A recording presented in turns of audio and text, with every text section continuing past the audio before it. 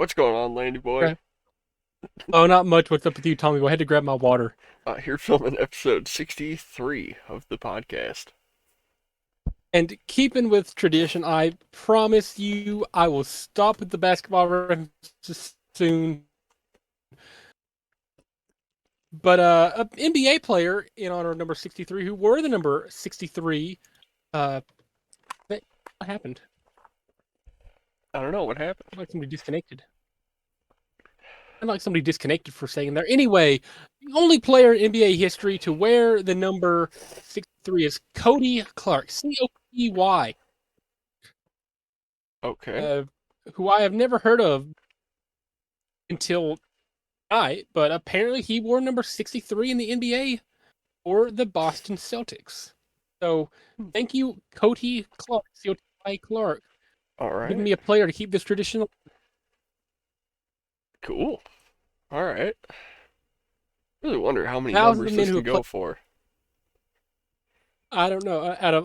I know for a fact 69 won't have one because no player has worn Oh, that. But I do know who I'm going to call out for that one. I know my shout okay. out for 69 won't spoil it. I Won't mean, I spoil can it. think of like Don't even guess. I'm not gonna guess out loud, but I can only think of one person that it would be. Who do you think it would be? You just told me not to guess. Okay, now I want to know because you say you only know of Six one nine. person. Who do you think it would be? It's not. It's an NBA player. I'm Okay. thinking of. Okay. And okay, there we go. Now clean slate. You don't know who it's going to be. That's right. I don't. Pre-show in our little bet. I have two or three things lined up for this episode tonight. Depending on how things go. How much do you have? Uh, Maybe three or four. Okay, so it'd be a pretty full episode. Like the last two have been stinkers. Had to cut short bits. Hopefully this time we can get through it all. Have a fun top 63 episode. Do you want to start or do you want me to start? Because I've got a few things lined up. Uh, Man, I'm gonna let you pick. All right, I'll start. I'll Okay. start. So let me screen share pulled up. So we're returning to something we've not seen in a long time on the show. Oh. Oh my God. Okay. So from the Alex Trebek stage at whatever studios this is Unqualified Jeopardy. Please welcome our returning champion after probably a month and a half of no Jeopardies. Whose It's been a whatever while. day points total. And of course he cuts out right there. Yeah, my whatever day points totaling whatever points. We'll see when he gets back. When they were Oh, at their peak. Real or fake, funny baseball names, and wrestlers from Black Harvest 2025. oh goodness. Nice mix here. Okay. I I will guess tell you, there's going to be, let me say real quick, there's going to be somebody glaringly, obviously missing in the Black Harvest category. Just wait until round two, all right? okay, so I would guess that either 200 or 1,000 is going to be Kylie Page. It just makes sense, unless she's the glaringly I, obvious missing one that's going to be in round I'm two, just which saying, after you finish the category, you'll notice somebody is glaringly, obviously missing. I won't say who it is. You'll notice somebody is okay, glaringly, okay. obviously missing. Man, Where do you I, want to start? I wonder if I remember enough of the surreal era memes because there are so many of them. This is like the golden age. Like I was Like, in, I E. think I was in like middle school, and like I was in the high first school. couple years of high school when the surreal era was like Yeah. going on. I think like from 2016 to 2020 is what it's defined as. I would have been sixth grade through sophomore, give or take. Yeah, dude, I remember being on r slash memes the day the like old school memes came back. It was so cool. Like, Surreal era memes for 200. all right, this Sonic character Knuckles, hailing from this country, asked if you knew Doe. What is Uganda? It is indeed Uganda, I one think of the I'm. countries that exist. Oh my God, dude, a fly got in here when I opened the door earlier, and it keeps buzzing around my TV. It's gonna piss me off. All right, Got to pull a Breaking Bad, spend the entire episode trying to kill it. I think I'm going to. Surreal era memes for 400. All right. Images of deep fried Markiplier featured this E. letter. E. It wasn't just Markiplier. It was Markiplier as Lord Is Farquaad. Lord Farquaad, yeah. It's, Okay. it's, it's, it's so stupid, but like that entire era is fantastic. Yeah. Poorly described Pixar movies for 6. For 600, okay. Kidnapping committed by furries. Huh? Which By Pixar movie features furries. a kidnapping committed by furries? It's poorly described. You got to keep that in mind. Oh, oh God, Poorly described for a reason. it's the one everyone was sexualizing the bunny. Zootopia. Oh, Monsters Inc. oh, yeah, okay, Because Mike and Sully literally kidnap Boo, like yeah, a 3-year-old toddler, because she just yeah, likes yeah. monsters. I don't know. Dang it. All right. Pixar movies for 2. All right. Glorifying an uncountable number of health code violations. What? Health code violations. Yeah. Glorifies an uncountable number of health code violations. I don't. You got How to is think this about the this from like the most 200? simplistic. Probably pretty. It's pretty obvious when you think about it. What would be a really big health code violation? Undercooked Like I food can't. in a restaurant. Ratatouille. Ratatouille. Yes, it's Ratatouille. Bringing a literal rodent into a kitchen. Brilliant. A dirty, filthy, diseased rodent. These are poorly described. That's the point. I'm making you like Yeah. you have to like think so much that you stop Oh thinking, my then you get it. God. Yeah. Black Harvest for 200. Alrighty. I noticed that Javen Meyer. I figured out his name. And we lost him again.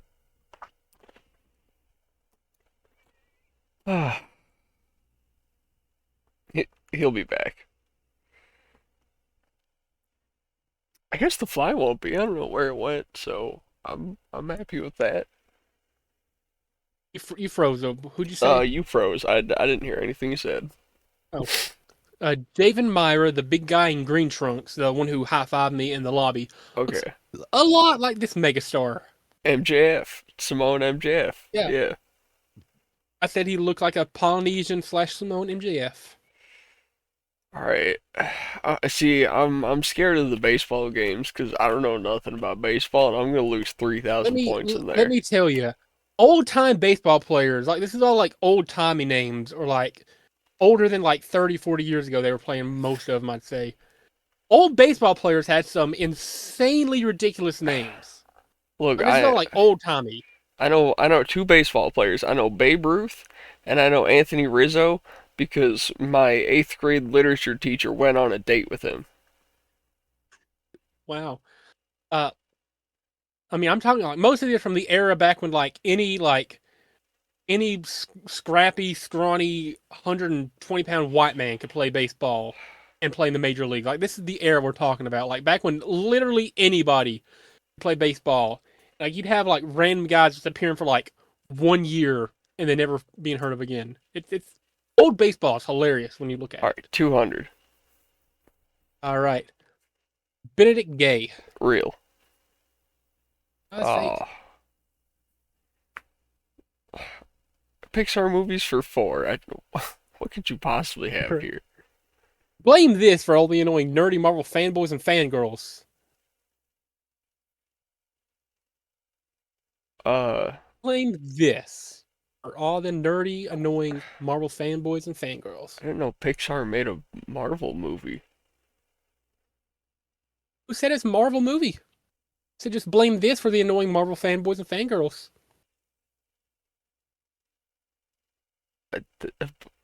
This doesn't make sense. It's poorly described, Tommy Boy. You're finally starting to understand it. Poorly described It's Pixar movies. horribly described. That's the point. It's from- So Oh, blame this movie for all the annoying, nerdy Marvel fanboys and fangirls. You could say super like hero movie fanboys and fangirls in general. The Incredibles. Yes, you're finally like see like you're overthinking it. Oh, Shut your brain off and look at it from like how it's described. yeah. Okay. Artist on your Spotify for 200? Alrighty. Toxicity, radio video, and soldier side. System of a Down? Yeah. Yeah, you pulled that one off. I like toxicity Spotify kind of for gave it away. 400. And Soldier 400. Side. Hot for teacher, Panama, you really got me. I actually don't know this one. I'm just gonna take the hit. You really got me now. It's Van Halen. Oh. Could have put like a couple other things that were more obvious, but it is what it is. Surreal era memes for 6. Alrighty. Creepy Indian men were parodied by asking for photos of these Bob's two and things. Vagine. Bob's and Vagine. Still my favorite. Black Harvest for 400. Alrighty. Uh, this Rich is the Swan. top 3 wrestling interaction I've ever had. Dap me up and sign my event for free. Shout out, in the infinite number of shout outs to Rich Swan. By the way, I absolutely Yeah. love that guy. I loved him in WWE, loved him in TNA, love him now. Shout out Rich Swan times a billion. Look, all right. So I don't mean to break the immersion on your story. All right. So I know you walked up to him. He immediately went to dap you up. Here's the thing. While I was nudging you, saying go get an autograph from him, I was locking eyes with him, and he was watching me push you over to him. He knew that was coming. Oh, okay. Well, I mean, thanks for the honesty, at least. I'd have had to tell you eventually. Yeah, I mean, it still means something to me, man. It still means something to me. Yeah, I mean it's still I mean, cool, and he did all that, out of the goodness of his heart. He could have went right backstage and be like, "Nah, fuck that dude," but he he saw it could have happen, still and he was like, charged. He "All could have right, still charged me for an autograph. He yeah, could have still charged me for an autograph. I will say flaws though, when I back." told him he was my favorite cruiserweight when that was a thing in WWE back in the 2010s, I told him like, man, like they brought back the cruiserweight division. You are always my favorite. Like he seemed genuinely appreciative of that. That seemed like it genuinely touched him. Shout out Rich Swann still, man. Yeah. All right, real Where or are we fake going for now? 400? Alrighty, Rusty Cunts. Fake. Real. Fuck. That was a real baseball player. All right, poorly described Pixar movies for 8. All right. Ellen DeGeneres goes AWOL. Oh, Finding Dorothy. Yeah, Finding Dory. Or yeah, Dory. I know what you mean. I'll give it to you. All right, it's Spotify for 6. All right. Break Stuff, My Way, and Nookie. That would be uh hard croissants. Yes, I heard the songs live as well. Yeah. Fantastic. Real or fake for 6. Let's lose some more points. Eat Lecoq. Real. I think that's real. Yeah, Pete Lecoq was real. I hate this fly, dude. All right, Black Harvest for 1,000. For 1,000. This man faced Rich Swann in the opening contest. Oh, I have no idea. I'm taking the hit. Hunter Drake. Oh, I could have remembered that. Fantastic match. It was Banger of a match. a surreal era for 8. Okay. There's a famous bald guy from this era featured in this short-lived meme format showing his peak financial investment skills. Stonks. Yeah, I feel like that was a little bit too wordy. It's the only way to like make it make sense. Hmm. Donks. All right, artist for 1,000. Hey, Drive-By, Angel in Blue Jeans, 50 Ways to Say Goodbye. Oh, I am an unapologetic fan of these three songs. Oh man. All right, this is gonna be way out there. I I don't think it's correct, but John Lennon. Train, Oh, same band who made what's it called? Hey Soul Sister and Drops of Jupiter. those are the I feel only like two that would give songs it I a, know by them. and I feel like that would give it away. That's why it's in 1,000. All right, I'm Pixar still for a looking good though. thousand. Alrighty, furries if they had their own society. Unrelated, but please God, let's ship all the furries away. Is this Zootopia? It is Zootopia. Okay. I wanted to make like a double furry reference. Can I just hate you furries. plug your microphone in a little bit? I feel like it's half a millimeter out, and there's like static when you talk.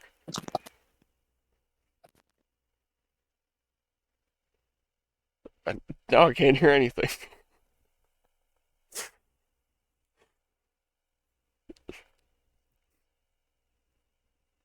Still nothing. Fake. No, nothing. Okay. Uh, you know, these things happen sometimes. We love audio issues around here. How's this? Oh, you're back. Yeah, that'll work. All right, let's. This headset, I love. I've had it for way too long, but I don't want to get rid of it because it's worked for so long. Yeah. All right, It'll beat your let's, durable here. let's finish off Uh, Spotify. anyway, righty. Du hast America Radio. Rammstein. Uh, yeah, yeah, you pulled that one out. Well, I you know, love Du hast is Rammstein. German, so just you know. Yeah. All right, Black Harvest for 600. Alrighty. She celebrated with the entire crowd in the ring and even hugged yours truly after winning the Crossfire Wrestling Championship. Kenzie Page. Yeah, indeed, indubitably. Oh my God, Top dude. top one coolest moment I will ever have as a wrestling fan was getting in the ring to celebrate with the entire Same. KFW family and fans. Same. Nothing's topping that. Unless I get in the ring at WrestleMania someday, nothing is topping that. I mean, maybe just like starting FWC might be better than that. Like the first FWC show, if 100 Right. people show up, But like might be better I than I that. But we got in the ring, celebrated with an entire like family that's famous for wrestling around these parts, including somebody who just won the biggest championship in that company. yeah, that is an Top insane three, accomplishment. and then getting hugged by said champion. Mhm. Apparently, like I was important enough as a fan to get that attention from somebody who just won the belt, and they could be celebrating with anybody else. Yeah, Top yeah. top one moment. Where are we going now, Tommy Boy? Real or fake for 800? Alrighty. Dick Real. Cole. Real. That has to be real. Yeah, I feel like that laugh kind of gave it away. I Surreal can't era get for through a that now. thousand. All right. The second most popular meme letter from this era, this time featuring the red and white emoji B. of this letter. Huh? B. E, indeed. I thought you said P for a second. Just wanted to confirm. Yeah. E. Let's finish Okay, off you real got or two left. fake. Jack Glasscock. I think that's real. It is. It's real. All right. And finish it off. This man charged me $50 for an autograph, Juventud Guerrera. which I gladly took. Thank you, Hoovy, for uh, wrestling and being cool, I guess. $50 is a bit steep, but hey, he's a legend. Uh, your total carrying over will be 7,800. All right. And here in round two, in double jeopardy, we Okay. have I what month see is it. that holiday? Our favorite women's wrestler, real or fake? Funny baseball names part two. Are they a character in Brooklyn Nine-Nine or The Office? I mean, I guess I've got the other way around. It's The Office or Brooklyn Nine-Nine. And then basic multiplication coming from your times tables. That's a 1 times 12. I mean, 1 times 1 all the way through 12 times 12, if that makes sense. Oh boy. Through your times table. Nice range here. All right, basic multiplication for 400. Alrighty, 4 times 6. 24. This is meant to like give you a bed of points because I figured you wouldn't do so hot in the first round, but boy was I wrong. Okay. What month is that holiday for 400? Columbus Day, Fuck. March? October. Damn. It was here recently, I'm pretty sure. Wait, I think it was yesterday. I should have remembered that. Okay, so our favorite women's wrestler for 400. Alrighty, take the toss up. It is of course, Kylie Page. yeah, Kylie Page or Kylie Alexa, Yeah, depending on what we're promotion we're she's in. breaking the news here, dude. After we went to, I mean, you guys probably seen the vlog. You know what happened. Yeah, top one for So us. cool. Top one for sure. Were they a character for 400? Right, Doug Judy, who was on which show? Oh, Brooklyn Nine-Nine. Greg Robinson was on both shows. In Brooklyn Nine-Nine, he was Doug Judy. All right. Multiplication for 800. Alrighty, 7 times 8. All right. 56. Yep, 56.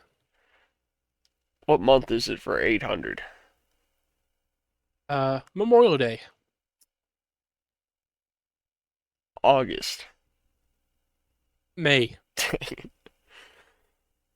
Why do you gotta pick such obscure holidays? Give me like New Year's or Christmas. All right, real or fake? 400. Alright, Chicken Wolf. It's believable, but I think it's fake.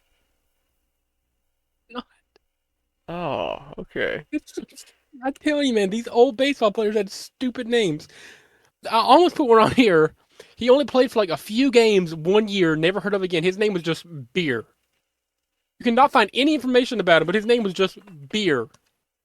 All right. And I almost put him on this list.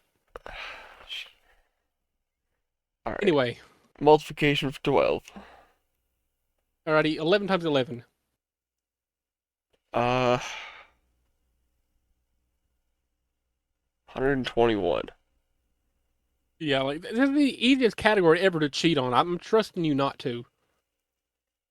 I'm pretty good at doing multiplication in my head. I just like imagine I'm seeing it on paper and like do the work in my head. All right. What month is it for 12? Labor Day. September. I don't know. Yeah, it is Oh, September. sweet. Our favorite women's wrestler for 8. During her match on night 2, she shouted these 6 words, causing us to scream, "Yeah!" I think they But in want like to a see more, it.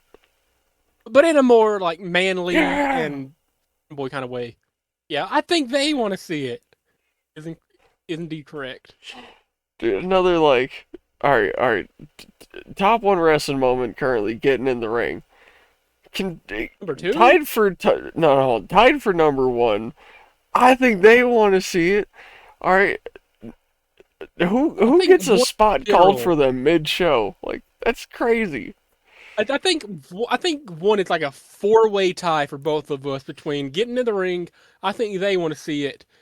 Uh, then let's say Super Kick Mikhaili getting recognized, at least for me. And then of course meeting both of them was pretty cool. Yeah, yeah, I think her actually responding to Super Kick Me Kylie was pretty cool. it was. Like, I love that. Did I tell you, like, they posted the match, like, of Kylie Page versus Rosemary, like, faintly underneath the commentary. You can hear it. Like, you can hear me yelling. you can faintly hear me yelling, "Supercate me, Kylie!" Nice. Pretty cool. All right. Brooklyn Nine-Nine for 8. All right, Erin Hannon. Was she on The Office or Office. Brooklyn Nine-Nine? Yeah, Favorite women's wrestler for 12. of course. During her match on night one, she faced this TNA icon who is coincidentally the former teammate of Crazy Steve. Or Rosemary. Insane Steven. Yeah. I feel like I just spoiled that, but oopsie. Did you? I think I said like they posted her match against Rosemary. I think I said that Oh, at least. oh, I didn't catch on to it. Oh, thank God. And I was already like, Just knew as soon that. as you said her opponent, I'm like, oh, Rosemary. I'll just wait for him to finish talking. Yeah. Hmm. All right. Real or fake? 800. Ed Head. I don't think you'd have that many reels, so I have to go with fake. Yeah, it's fake. Basic multiplication for 16. 4 times 9. All right. 4 times 31. Oh, 36. dang it. It's the same as 18 times 2. I didn't. Damn it. I should have thought about it that way. Oh, I know what I fucked up. I subtracted a 9 instead of a 4. Yeah. All right. Brooklyn Nine-Nine or Office for 12. Jason Stentley. Brooklyn Nine-Nine. Yeah, he was captain temporarily. Yeah. All right, let's lose some more points. What holiday is it for 16? MLK Day. Um, that's an imaginary holiday. I don't know, February? Uh, it's a federal holiday apparently. Anyway, Okay. Favorite women's I almost wrestler? put 16. I almost put Juneteenth on here just to see a reaction, but even I know it's a fake holiday. But my poster autographs for the pages costed this much, a remarkably cheap, reasonable cost. The the posters were 15, and then you paid 50 for the autographs, so that'd be 65. I'm saying my poster for the pages, the autographs for the pages costed this much. That would be But we're 15 not counting the because we got hoovy. them for free with the Actually poster. 10. Actually 10. Oh, they were, yeah, okay. That's right. The 8x10s were $10, 15. I got one of those. $10 for an event poster that's like pretty like actual like great quality printing and Hold on, I cardstock, got mine right here. and So 2 autographs for the pages. I'm still upset you got the PPD inscription and I didn't, but it is what it is. I'm gonna show these to the camera really quick. So Mine is I in got my. this I don't have that. of Kylie, which she put a little heart on it too. I don't know if you noticed. Oh boy, look at you go. And then yeah, here's the event poster, and right there, PPD with a heart, Kylie Page. I didn't get a PPD or a heart. I just got Kylie Alexa on mine. Really? Yeah, Oh, she just signed Kylie Alexa on mine. also, like you'll never be able to pick this up on video, but on both of the signatures, when she handed me the signed posters, she grabbed the signatures with her thumb. So I have 2 Kylie Page thumbprints as well, technically, if you want to look at it that way. Heidi, where we going? Basic multiplication for 2000. 5 times 9. Okay, 45. Yeah. And what month is it for 2000? Birthday. Uh, June. I don't know. April. Okay. Yeah, you got 6 left. Our favorite women's wrestler. Let's finish it off. Okay. Her finisher, according to SmackDownHotel.com, is called this, which is a very cool name, might I add. Really awesome name. Oh man.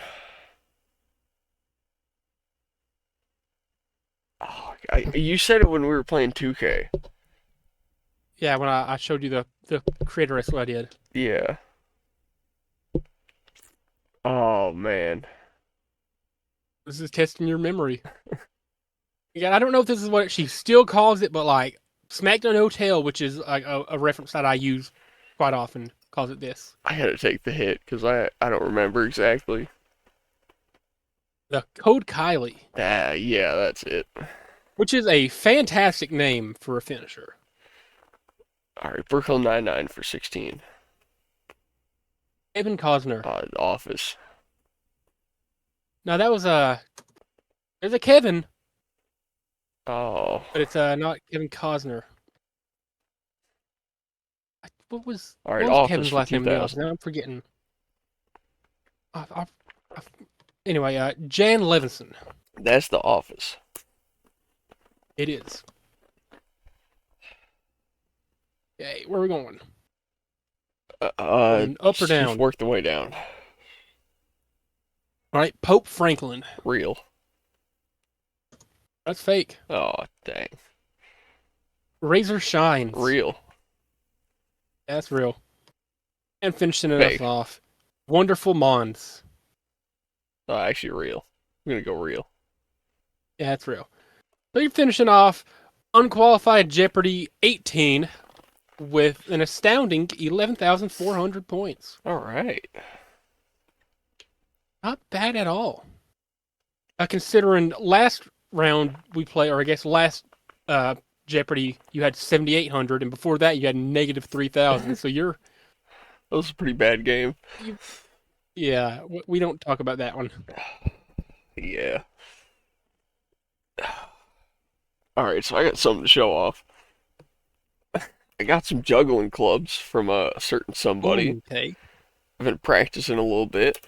I'm not that good, but I can I can do two of them at once. I can get that flow going pretty good. Just when I throw the third one in, I kind of lose track of it. Plus, like they're so big, I'll usually end up like hitting one with the other and then like not catching it, or like one will be coming down and I'll go to throw it and it'll just like clip the side and then like go after. I need to get used to like the spacing of them, but I figure I'll have it down within like a week probably. But things are Higgins brothers, which are pretty nice. It's like $150 set, so yeah, I like them.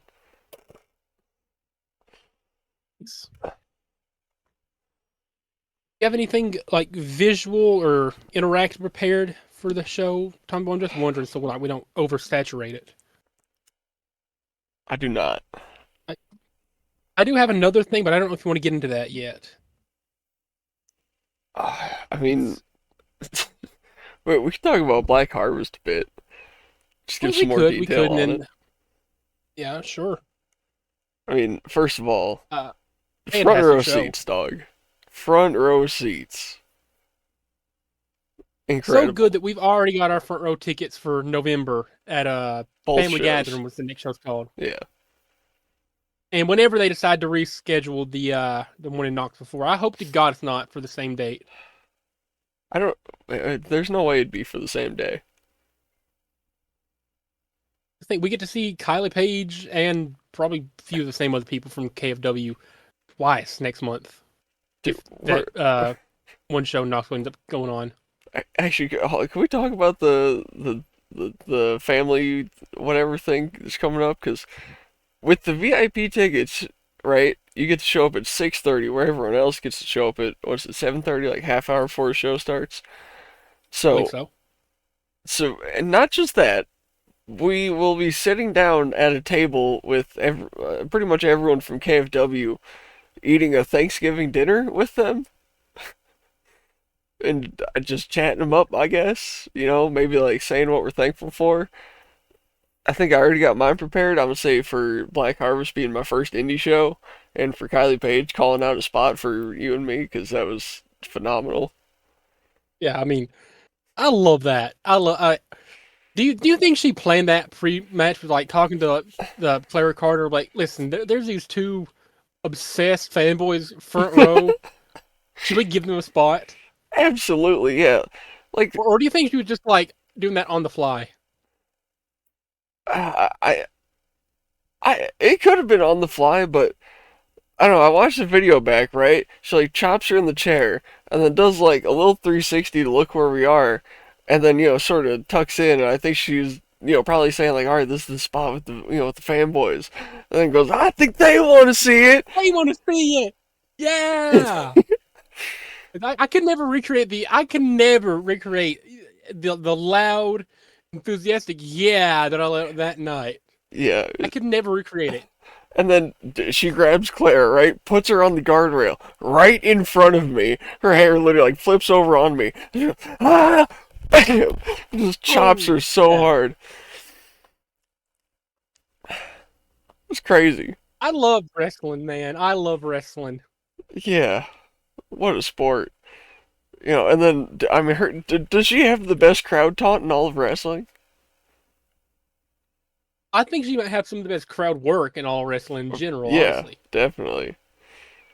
I mean, I like for a crowd that does not stand up at all in the show at any point, they got pretty active when Girlfriend came on and she started, doing her thing. hey, you, I don't like it. Like, that song's been on repeat Hmm. in my head a few hours a day at least for the past week and a half. You know what's been stuck in my head for like 5 days now? Hot in Here by Nelly. Yeah. That's a bit random. Good gracious ass is bodacious. It's such a good song.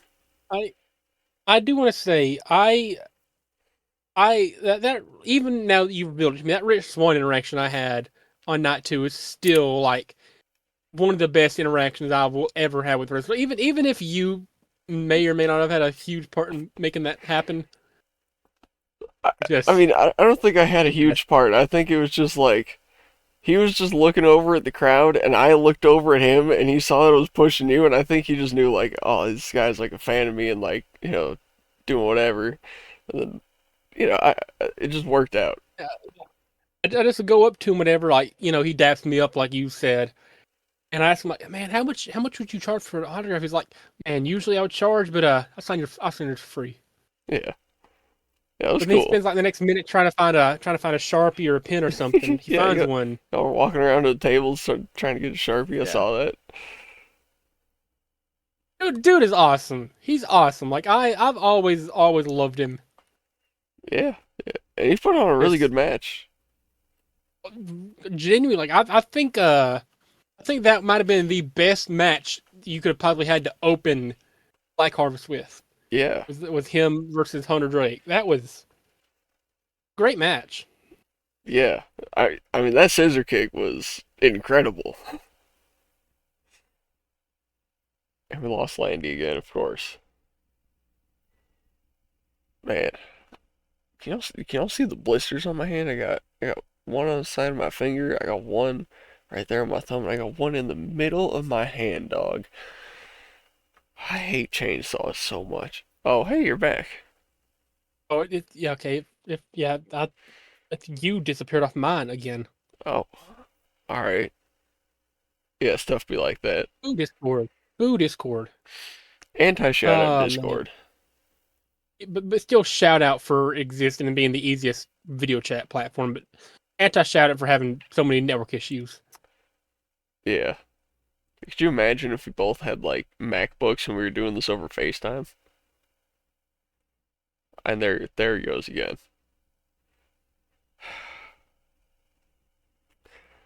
Y- You know, this is just part of the show. We have these issues sometimes. Okay, we're back. Yeah, we're back. Just I cannot say enough good things about Black Harvest. Like for being in like a pretty small building, that might have been the best like all around crowd that I've been a part of. Oh, Like, definitely. don't get me wrong, the crowd I was in at AEW and SmackDown, the crowd we were in there, in terms of size, obviously they're gonna be better, but like they're just there because like it's a bunch of big names. Like you go to like these indie or smaller shows, you have like actual true wrestling fans there, Yeah, and the crowd there was electric. yeah. They were hyped for it, even if they almost never got up on their feet once. But I I found it hilarious that like that one guy that busted open both nights. Coincidentally, both nights there was a granny in the front row. Different granny both nights, by the way, yeah, giving him a towel to wipe off with. Did you notice that? yeah. Both nights there was a different granny They had with stunt a grandmas look at like look. KFW. I don't even know if they're like a stunt grandma. I don't think it was a stunt granny, but like both nights, like just like a kitchen towel or like a Yeah, bath towel, whatever from home. It looked like they brought to wipe his blood off with. I don't know what's going on with NWA and front row grannies, but that's how I aspire to be when I'm like 80 years old. I have a theory that that guy got me sick. All right, here's why. When we got in the ring that first night, I accidentally stepped in a pool of his blood, right? So it was Oh on my man, shoe. I got home, I made myself a sandwich. I took my shoes off after I made the sandwich, but not before I ate it. So if that guy was sick and I got some of the blood off his shoe onto my hand, oh, onto my sandwich, and then ate it, I would have ate whatever sickness he had and then got sick as a result. And I was sick for like 5 days after that. I I love how he got busted open night one, like had a blood stain on the floor, and they didn't clean up until night two. Yeah. It was There, just there for there was like he still was a in like the little second or bit of third. a stain on it night two. They didn't clean it completely. That same match, shout out Rolando, the little like Yeah. 4'8" dude, LFA was Rolando. like he was like crawling under the ring for like half the match. It was pretty cool to see, especially when he Yeah. came to our side, was like trying to grab Yeah, us. he came to our side, like, help, help! And I'm reaching, I'm like, I got you, I got you. But, he didn't complete the grab, so, I wasn't gonna, you know, but that was cool. I I don't know who that Chase or Shane I should say. I don't know who that Shane dude was. The King Shane, the dude who looked like he was 50 years old and Hmm. all of 5'8", but like the crowd loved him. Yeah. The And, crowd loved him. and there was some dude there wrestling that was definitely like coked out of his mind. It was the guy that you asked if his hand felt weird when he gave us a high five, and I said it felt Yeah. fake. And then after the Yeah. match, he was so sweaty, he was like shining. He was like reflective from how much sweat has like just embroiled on his body. That dude was definitely coked out. Like I do like I'll admit here, like I get sweaty pretty easily when like athletic and like I'm going hard for a while. Yeah, Pause. Um, I don't even get that bad. yeah, It's like yeah, like if I'm playing basketball for like 10, 15 minutes, or I'm like running a mile or something, yeah, I'm gonna be pretty pretty moist like anybody else would be. I'm trying to find the words that yeah. don't sound weird, but I keep making it worse. I mean, my I don't sweat, think I've ever seen anybody get that bad. my sweat drips off my body. That guy's like congealed around him. It was so weird. Like that dude was like covered. It looked like he was gonna like completely covered in condensation. You know, Yeah. Uh, it's like he spent like a night sleeping outside, jumped in like a lake. That's how bad it looked. He looked like he rubbed himself with Vaseline, but it was his own sweat. It looked like he took a like you know how some wrestlers put like coconut oil or like baby oil on for a Yeah. match. He looked like he bathed in it for the Yeah. match and then didn't dry off. Yeah, he looked like he jumped in a tub of coconut oil and just got It's out. still a great. I mean, it's still a cool match, but like Yeah. man, And uh, that urban that cowboy women's saying we were triple threat. boyfriends. Oh yeah, that women's triple threat on night one was awesome. Yeah, With Shauna, I think Shauna Reed was her name, Clara Carter, and Mickey Knuckles. I think so. Mickey Knuckles was I it took me a minute to like get warmed up to her because like her style was definitely different. Hmm. But after like a minute of the match, I understood why people love her so much. Yeah, yeah, they all put on a She really good she match. she's apparently like a huge name in the deathmatch scene, which I didn't know till after the fact. Hmm.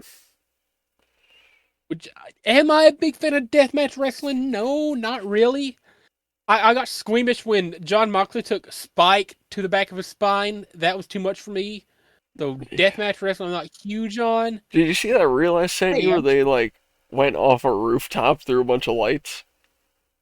CZW isn't real, man. I Like, refuse to believe CZW is real. I'd like to see that one time and then never see it again. That's not wrestling. Like It's not. I do not like CZW is like I said, I refuse to believe CZW actually exists. It's Th- got to be like a figment of our imagination. They can't be getting There's no paid way enough. somebody's willingly who's gonna willingly take a it's like a pile driver off of a shed roof, it looks like a 2 or 3 story shed Yeah, roof. it looked like they were There's some 25, light 30 tubes. feet up. As I say, it looks Yeah, like they were a solid 20 or 30 feet in the air. yeah, into Who's a gonna take a stack of pile driver fluorescent lights and 30? a table Yeah. in a parking lot. There's no crash pad under it. It was to the You asphalt, you know what light tubes are, Tommy Boy? It's just like glass, really and poison. shatter. Yeah, I was about to say shatterable glass and canister powder. yeah, yeah. CZW, man, that's where a lot of guys get their start. But CZW ain't real. I saw a match where some guy pulled out a weed whacker and started like weed whacking the other guy's chest. That's not wrestling. Hey, but $25 and a warm beer, maybe half a hot dog if you're lucky. That doesn't even get you the gas tune from the event nowadays. It's not worth it. You're paying to be there.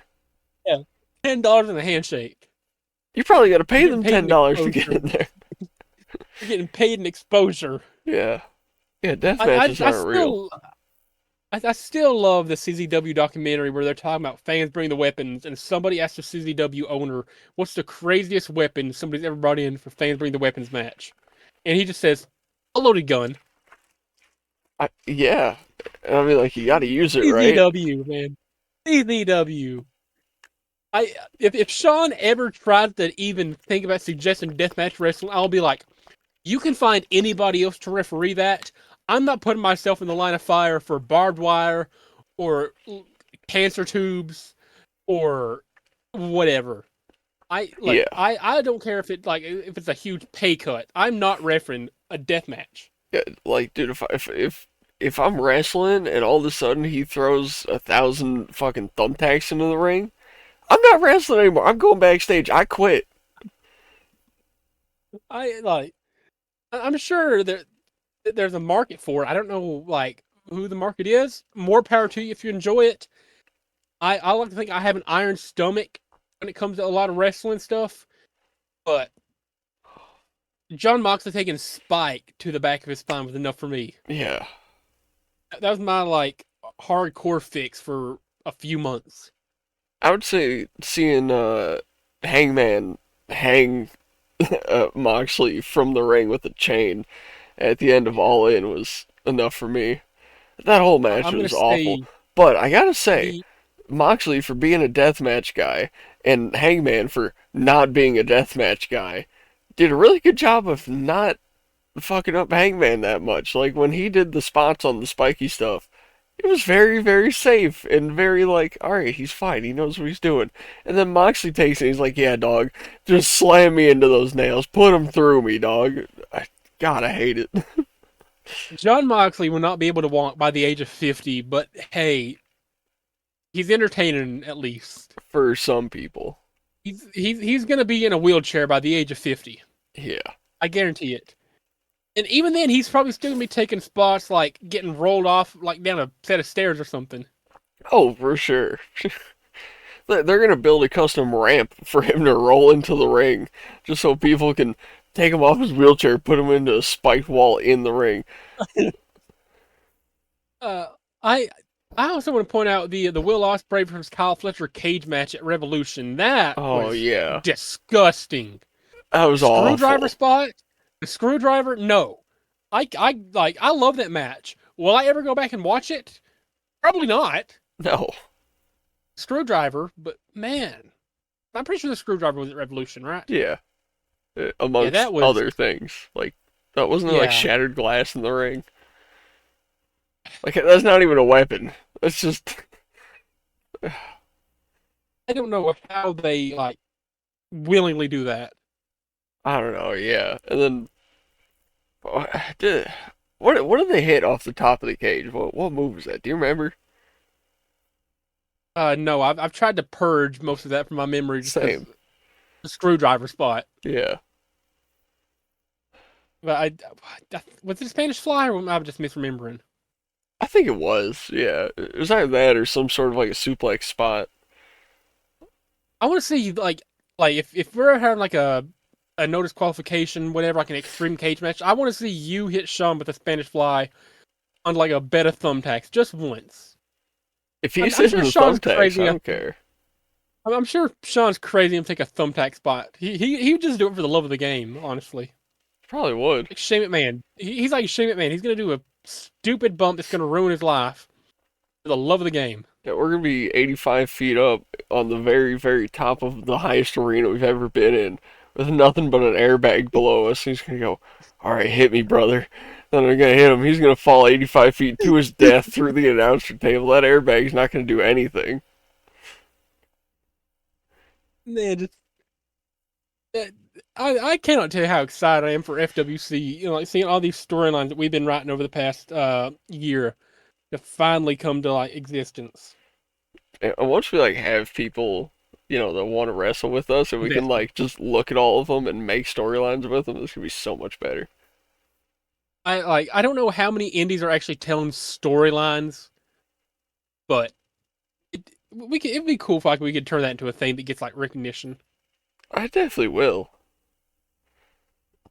And dog, we gotta have better promos than KFW. Like, The I, KFW's promos aren't bad. I mean, like when you they compare them to they do like some somebody good on a ones. national level, Yeah, they're not like Shakespeare, but they're not bad. I mean they do some good ones, but like the home shot, like creepy serial killer stuff, that was just not it. The movie, the short film they made Yeah, with Kenzie Page and Ghostface, yeah, that was. I don't think it was made to be like cinematic or whatever. I don't think it was made to be like Citizen Kane or Casablanca. no, It was just but made to be like it this could have been so cheesy, much corny. better.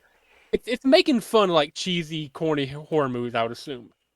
Probably, but I don't know. I But just speaking of I didn't like it Ghostface, that much. speaking of Ghostface, that night two reveal of Kylie Page's ghost. I don't know if it was night one or night two. It was one of those nights, It was obviously, night one. with her as Ghostface. Night one, yeah, that night one when Kylie Page comes out for the second time of the three times she came into the ring as Ghostface was awesome. Yeah, I only remember that because I remember I saw her Air Forces under, and I was like, "Who wears Air Yeah, Forces in the ring?" And then she took the mask off, and then she was wearing those later at the table. I just I just love wrestling, man. It can be so absurd, it can be so stupid, but at the same time, it can be the greatest thing you've ever seen. I noticed that like 95% of the wrestlers there, which means like all but like two of them, had the exact same model of Nike wrestling shoes on. So I might invest in a pair of those because I don't know, they seem pretty good. Everyone's got them. Yeah, fair point. I want to say like for being like I guess technically an indie promotion, that might be like I've been to three WWE house shows like non-televised events. Hmm. I've been to SmackDown, I've been to Dynamite, and I've been to and I can't even count how many indie shows I've been to back when I lived in Kentucky. That is probably like all things considered, both nights might be the best wrestling show I've been to. It's the best one I've been to out of the three, I'm not. technically four I've been I'm to. not. I'm not trying to be biased because like I think they want to see it and like how many wrestlers I got to meet. No, like I mean like just with all things considered, that might be the best wrestling show I've ever been to. Yeah. It's gonna be hard to top it. I mean, and like here's the thing, right? Sitting front row at this, gonna sit front row at two more indie shows, right? I feel like that experience is gonna spoil us so much that we could be sitting in row 30 at WrestleMania and we're gonna be like, this sucks. Right. This Like when you're that we close to the gotta be action, it's yeah, we gotta be like we gotta be KFW groupies now. for sure. Like I just it's such a great show. Dude, once I get a car that can comfortably go over 65 miles an hour, dude, we're gonna be going to every show in the Southeast. Like so are you talking like if they have another show in Atlanta, it's as loaded as the one they're doing this Friday, would you go? I would. All right, because here's the But it's main Atlanta. You got to think. right, and here's my main problem with that. Everyone in Atlanta does 100 miles an hour down the highway.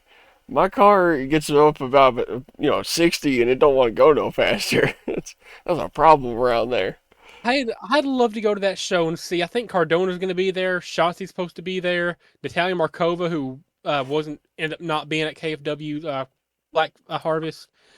Eileen Kinsey Page are going to be there. The whatever they're called, the Kazana Cowboy, whatever they're called, Outlaw Hmm. Country Gentleman. I don't know. I think Country, it's yeah, Country country Gentleman. gentleman. The one that called it gay is going to be Yeah, there. Uh, that's such a huge loaded show. EC3 I think is supposed to be there, man. but it's Atlanta. Next time we see those, I already forgot what they're called, urban cowboy whatevers. Brokeback Mountain. Yeah, Is that we, called? we gotta be like, hey, remember us with the gay ones, and kiss each other right in front of them. No. We need to like if I were to ever make a sign for KFW, which I'm not going to take a sign because it's an indie show. It's kind of stupid. But if I were to make a sign, first one would be Super Kick Me Kylie, which is the only one I'd actually consider taking. Hmm. And then if we went to a show with the Country Gentlemen, I would print off the Brokeback Mountain poster, but add their faces to it instead of Yeah, whoever the two actors were in that. yeah, Jake Gyllenhaal and Mhm. Heath Ledger. yeah, Yeah, Jake Gyllenhaal and Heath Ledger. Instead of their faces, I'd add AJ and Casey Kazana. man. Dude, imagine photoshopping that, so it's like perfect. I would ask them to sign it. They probably wouldn't No, during the show. If I could find them after the show, they'd probably find it funny. the more I've been thinking about bringing a Kylie Rip My sign, I think might be a good idea. But you got to think she's. I'm pretty sure when she's in KFW, she's a face. Yeah, I don't know if a face would rip a sign. I mean, I think they would if the sign says "Rip my sign." Do you think she'd super kick me if my sign said super kick me?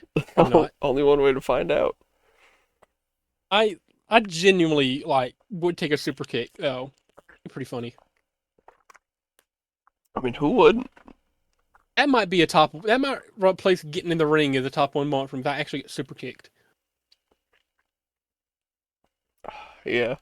But, I still find it incredible. My first time ever in a wrestling ring was getting to celebrate with pretty much an entire crowd, an Hmm. entire family who owns the company. Yeah.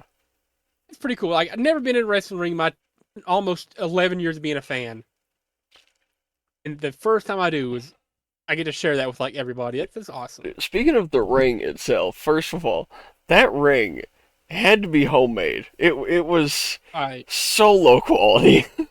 I mean, I was no, not no expecting to offense to feel like KFW, but when they flipped the apron up, and I saw normally on all right, WWE wrestling ring, right?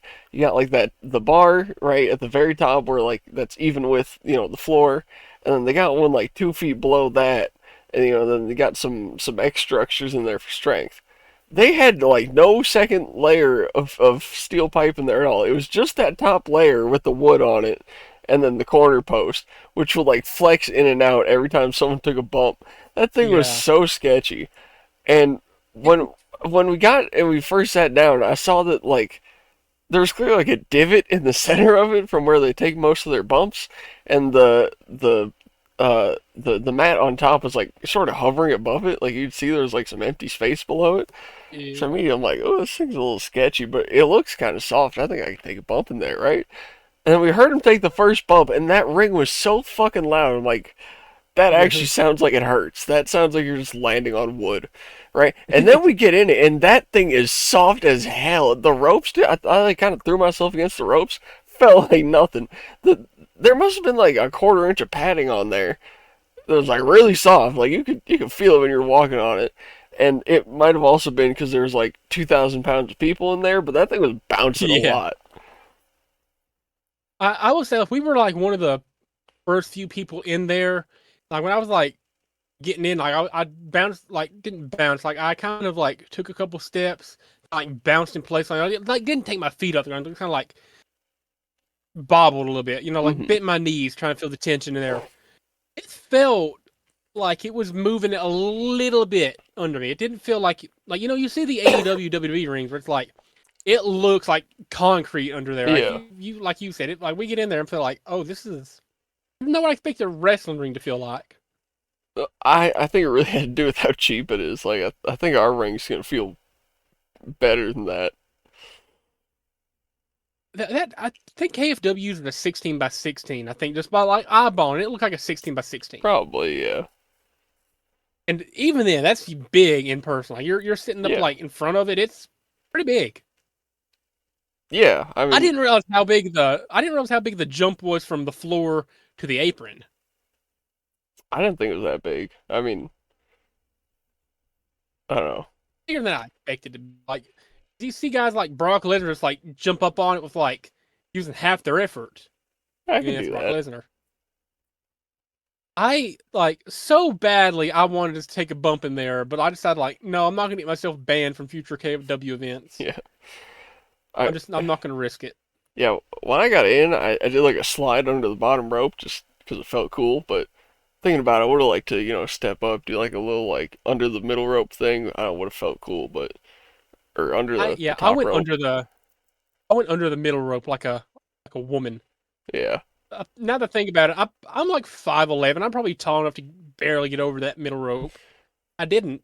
I I should did have went I over it, did but hey, it go is what it over the is. middle rope on the way out, and then I like dropped down to the floor. That felt cool.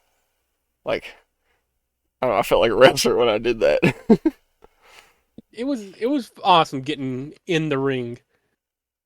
I mean, like I got to look out and like for a brief few minutes, I got to be like, man, This is what it feels this is like. what like this is what they see when they're in the Yeah. ring.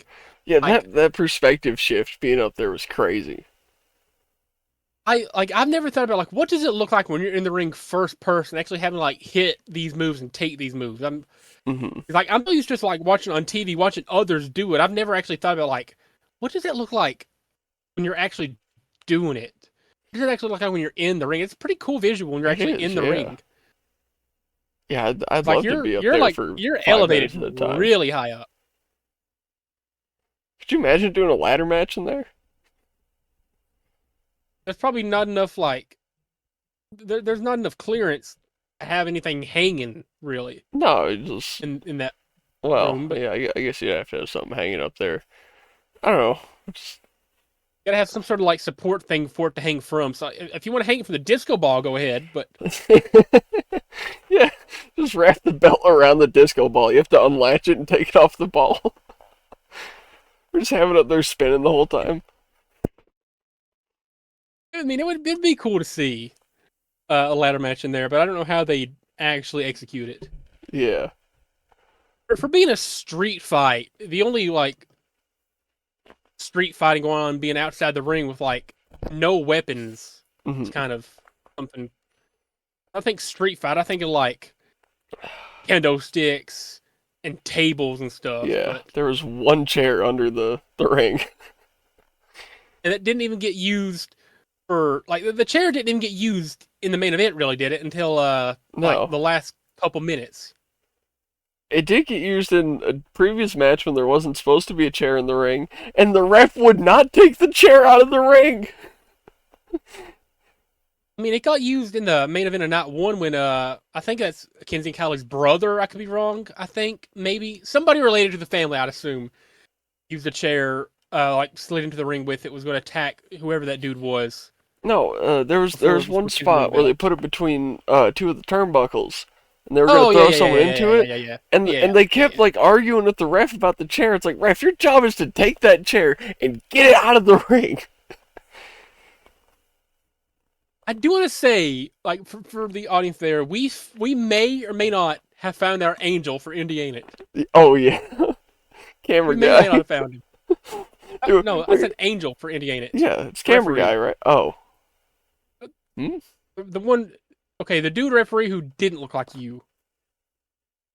Oh yeah, yeah, That's our angel. that's right.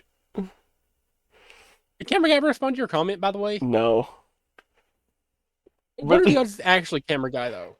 I I don't know. It's hard to tell from that picture, but it kind of looks like him. But Yeah, we were just hyping Camera up guy was this camera awesome. guy both nights. He was wrestling the second night. He was just like barely dapping up some people in the crowd right as he's coming by. He sees us, he locks arms with us, like, "Yo, guys, what's up?" He was like so hyped to see us. He said he wanted to get a picture with us. He ended up Never did. not, but Yeah, it is what it is. If we see him at a family gathering next month, we'll have to tell him yeah. like we've been expecting to see him. But literally every time this guy would walk past us, if he wasn't recording something, he'd be like, "Yo, camera guy, give us a high five." Get a high five from him. I don't even know which one of us started that, but it was a genius whoever did. I think it was like a unanimous thing. Like we saw him walking by, and we just like put out our hands. And he just dapped us up. And we're like, "Yo, we gotta high five this guy every time he walks by." Like he thought it was funny the first couple of times, started getting tired of it. By the end of the night, he was getting back into it. Like it kind of Yeah, like went up, back down, and back up. dude. The last high five he gave me on the end of the first, I'm like, "Yo, camera guy." Camera guy goes, barely drags his hand against mine. I'm like, dude, that felt gay.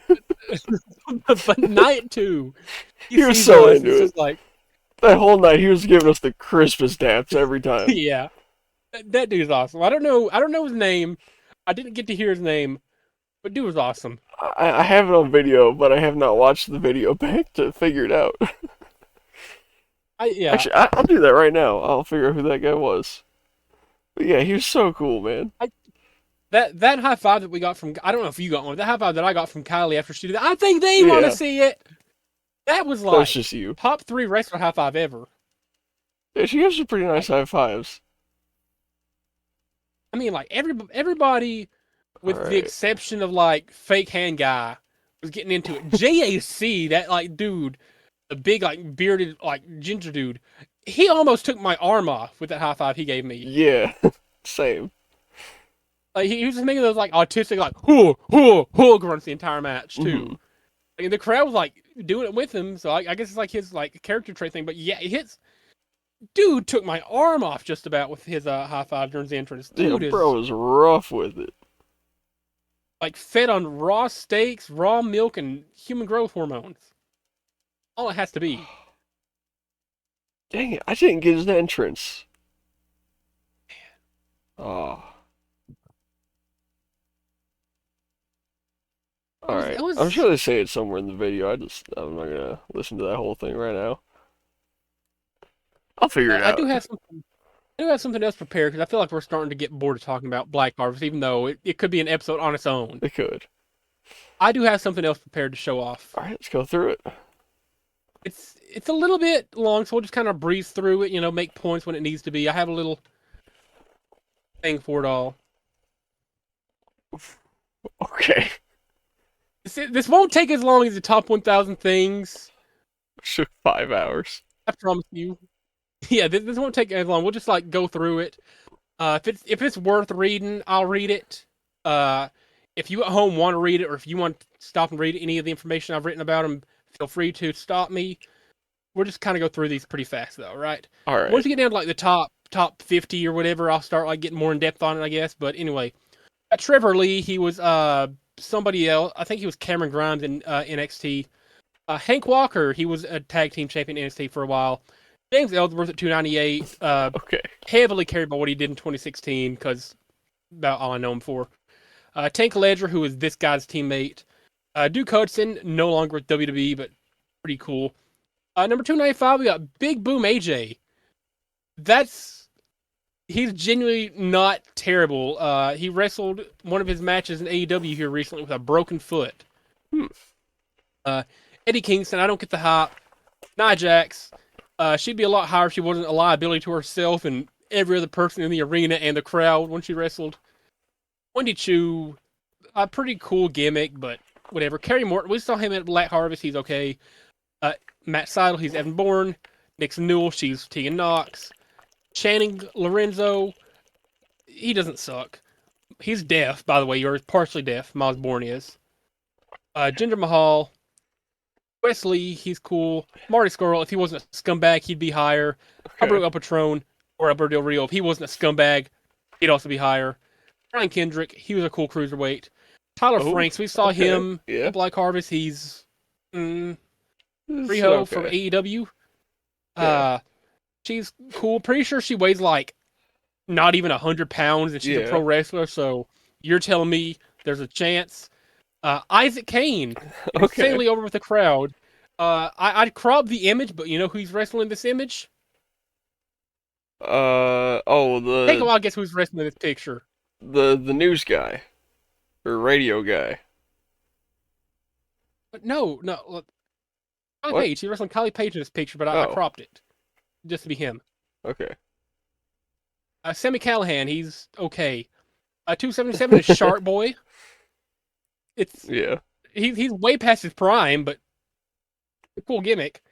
276 we got Scarlett, better manager than wrestler, but she's cool, I guess. Kenta, I didn't like him in WWE, but I've come to appreciate him now. Arya Navari, he's okay cruiserweight. That's a common theme here. Tony Nese, Justin McKay, she was okay in WWE, but I always liked her partner better. We'll get there in a second.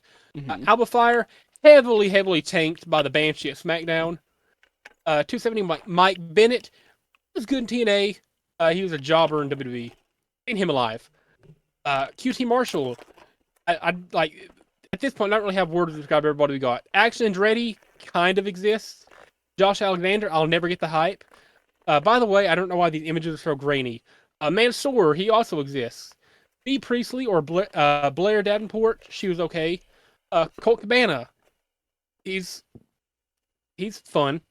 Yeah. Roderick Strong, super underrated. Dax Harwood, never got the hype about the Revival or FTR. Tony D'Angelo, he's plays like a mob boss gimmick. It's pretty funny. Zack Sabre Jr. Apparently still wrestles for a major promotion. I think he's still in New Japan. All right. Cash Wheeler, somewhat better than Dax. Hook, stupid name. Cassie Lee, Jesse's teammate. I always like Peyton Royce more. Donovan Dijak. Do you know he has a running joke with Santi? Where he tells No. Santi to oil up? Yeah. Hmm. He like ever since he's been released from WWE, he's had a Twitter beef with Santi, like a joke Twitter beef with Santi, where he always tells Santi to oil up. 255, Leo Rush had a banger of a theme at NXT, but was just okay as a wrestler. I think he's in AEW. I could be wrong. Queen Aminata, she's okay. Brody King, I don't get the hype. Pretty good big man, I guess. Sammy Guevara has a punchable face, makes him a great heel. 251 is Gabe Kidd. I've only seen 2 matches of him, but he doesn't suck. All And right. at 250, we got Brian Keith. Have any thoughts for the first 50? Not really. And I do want to point out this is my favorite wrestlers list, so this isn't going to be like a definitive best. So Sami Zayn and CM Punk are not on this list anywhere. I will tell you that right Oh, now. you don't like 'Cause I Sami hate both of Zayn? them. I do not like Sami Zayn. Oh. He's been the underdog. He's been the same character, this underdog, for the past 10 years, despite constantly winning for the past 10 years. How can he be an underdog if you just win everything for 10 straight years? That's- And also Yeah. he's not very like I just don't like him. 249 Konosuke Takeshita, or as we like to call him, Tommy Boy. Take a shit. Yeah. Sure we hate him. That's a good heel work, but I genuinely hate this guy. He does not look like a likable person. Oh, I like him. Scorpio Sky, pretty cool in ring name. He's had some good matches. Brian Cage, looks like the Wolverine. Bobby Fish, cool mustache. Matt Riddle, entertainer enough. He's an absolute pothead. Wait, he still Pretty sure he's wrestles? done hard drugs too. Surprisingly, yeah. Dakota Kai at 244. She's not wrestled in a long time, but I will always like Dakota Kai. Oh, Nick Wayne. He's 4 days okay. older than me, which is cool, but it makes me feel like a failure. Joe Gacy, part of the Wyatt Six. He's okay. Mark Quinn. He's fun to watch live in Private Party. JC Jane at 240. She was on a team with Gigi Dolan and Mandy Rose. Still all right now. AR Fox. He's okay. I don't hate him. I don't Nathan like him. Fraser, he's pretty entertaining. He's athletic. You don't like AR Fox? I don't. No. I think he Same. like way oversells everything to the point that it's not that enjoyable. 237 Natalia. Does she do anything other than their own rumbles? Surprisingly, yes. I'm pretty sure she's had a few matches with NWA. Hmm. 236 Isla Dawn. I've enjoyed her some. Not seen her much. 235 Angelico. I'm pretty sure he still wrestles. 234 Big Bill. We got Large William. He can't do much, but he's adequate. I've seen him live before. Isaiah Cassidy. He was good with Quinn. I like Isaiah Cassidy more personally. Lexus King, his fans call themselves registered Lex Fenders, which he hates, but it's fantastic. This is Brian Pillman's son. Chris Danger started off as a YouTuber, not bad in ring. Joaquin Wild, he's got hops. Agaloa, not a huge fan, but he's okay. Piper Niven, Oh, once again, heavily tanked by the SmackDown Banshee, but she doesn't suck. 227, Powerhouse Hobbs. He's a big man who can actually do stuff in ring. Oh, you're gonna say something? no, I like Powerhouse Hobbs, but I think Piper Niven sucks.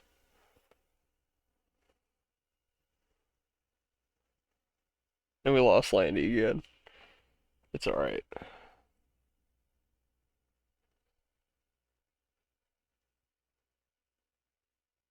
Tommy boy. Okay, you're back. Okay, We're back. yeah. You know, you were gonna say something? Yeah, Piper Niven sucks. She's she's not terrible, Just bad. but she's better than a lot of what we've seen so far. Eh, 226, we got Dexter Loomis. He was always misused in his original runs. It's good to see him doing something with Wyatt 6. 225, we got Becky Lynch.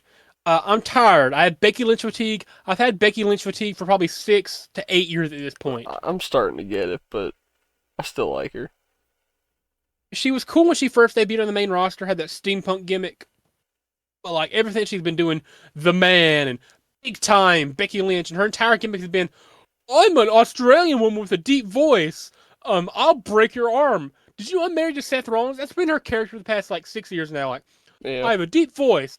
I call myself the man. I wrestle and hit like a man. I'm married to Seth Rollins. That's her whole gimmick. Elton Prince, one of the wrestlers of all time. Nikki Cross. She's always had interesting gimmicks, to say the least, that somehow made it work. She was a superhero for a while Hmm. and somehow won the women's championship. Nikki Bella, I used to love her like 10 years ago. Please, for the love of God, hang up the boots. You're not needed anymore. Kamatonga, one of the wrestlers of all time. Kit Wilson, Gay one of as the hell. wrestlers of all time. Jesse Mateo, he beat R-Truth in Knoxville. Boo Oh, this man. yeah. Boo. Brutus Creed, he's all right. Rhino apparently still wrestles. Brian Myers, I believe I've seen him in person before. He was Kurt Hawkins. He lost 267, 269 matches in a row in WWE. Eric Nice. Young, one of the wrestlers of all time. Holly Cameron, absolutely hilarious. She's pretty good in ring. Johnny TV, or whatever he goes by this week. He changes his name so much. He's been Johnny Nitro, John Morrison, a whole bunch of other stuff. Levy Valance, he was No Way Jose in WWE. Too bad he was a comedy jobber act. He was fantastic when he was No Way Jose. No Way. Fantastic theme. A real one. His name was Enzo Amore. He was a certified G and a bona fide stud, and you can't teach that. I've seen him in person. Hmm. Billy Starks, Kentucky represented. She's from Louisville, I believe. Super talented, already, like, only despite being 20. Makes me feel like a failure again, but bright future, super over with the crowds. Juventud Guerrera. Hell yeah. Sure, he charged me $50 for an autograph, but he was nice when I spoke to him. He's legendary, too. Yeah. Ricky Saints, pretty underrated, has high charisma. I don't think anything special other than that. Maxine Dupree benefited from being around the Alpha Academy early on with Chad Gable and Otis and Akira Tozawa, but she's progressing pretty good for what it's worth. Cruz Del Toro, as looks and above average ability, I don't know much about him. Omos, who's a foot taller than Brock Lesnar. Colton Gunn, who, you know, I like him in Austin, but I've always liked Austin more. Noam Dar, who is still somehow employed by the WWE. How does this man still have a job with the World Wrestling Entertainment? I don't know. Hmm. Evil Uno, great name. El Hijo del Vikingo from AAA. I've liked A him. Mexican Britt Viking. Baker, El Hijo del Vikingo. I think that stands for like the son of Vikingo. Okay. Uh, okay, first of all, you have any thoughts of the first 100? Or should we just like power through to the end? Let's keep going. All right. Britt Baker, average in ring, but her gimmick is okay, I guess. Andre Chase. Chase U was good, but he's just been okay ever since that peak kind of ended. TJP. I'm blinded by Cruiserweight nostalgia from the 2016 to 2018 era. TJP was awesome. Still like wrestles this day. Still looks great. He's got kids. always started Yeah. watching WWE despite being a comedy actor with Heath Slater. Kota Ibushi, I'm not seeing too much of him, but he's fun. Michin, another one to fun watch live. I'm sure if she was booked differently, she'd be really awesome. Jimmy Uso, by popular opinion, lower. Zelina Vega, she started off as a manager. I got to see her rise from manager to Women's US champ. Awesome. Moose, once a week, at least, I'll find myself humming his old TNA trumpet theme, like when he first debuted, and doing the aggressive moose, moose, moose fist pump. Candice LeRae, that bump she took at SummerSlam when she went off the ladder, shot her up so many places. That was a fantastic spot. She was also on SmackDown. Keith Lee, really good to watch live. I mean, I've never seen him live. I mean, but like super cool to Hmm. watch. Super athletic. I haven't seen him in forever though. John Cena, I never bought into the hype, but he's That's a here nice because he's picture. almost because he's finally. Yeah, I mean, like this is what he's most iconically known for looking for, right? Uh, Bronson Reed, I've seen a lot of people that love him, but other than the tsunami, which he's doing like a front flip off the top Hmm. rope at like 400 pounds, I don't see much else interesting. It's still cool to see a 400-pounder do a top rope front flip though. Eric, his tag partner is better. Berto, it's become Berto Carrillo, but he goes by Berto now for some reason. He can wrestle pretty good, but his charisma isn't really all there. Can't blame him though. English isn't his first language. Julius Creed, he's with Alpha Academy, pretty fun. Casey Kazana, seeing him was live was cool, but struck out to me less than others.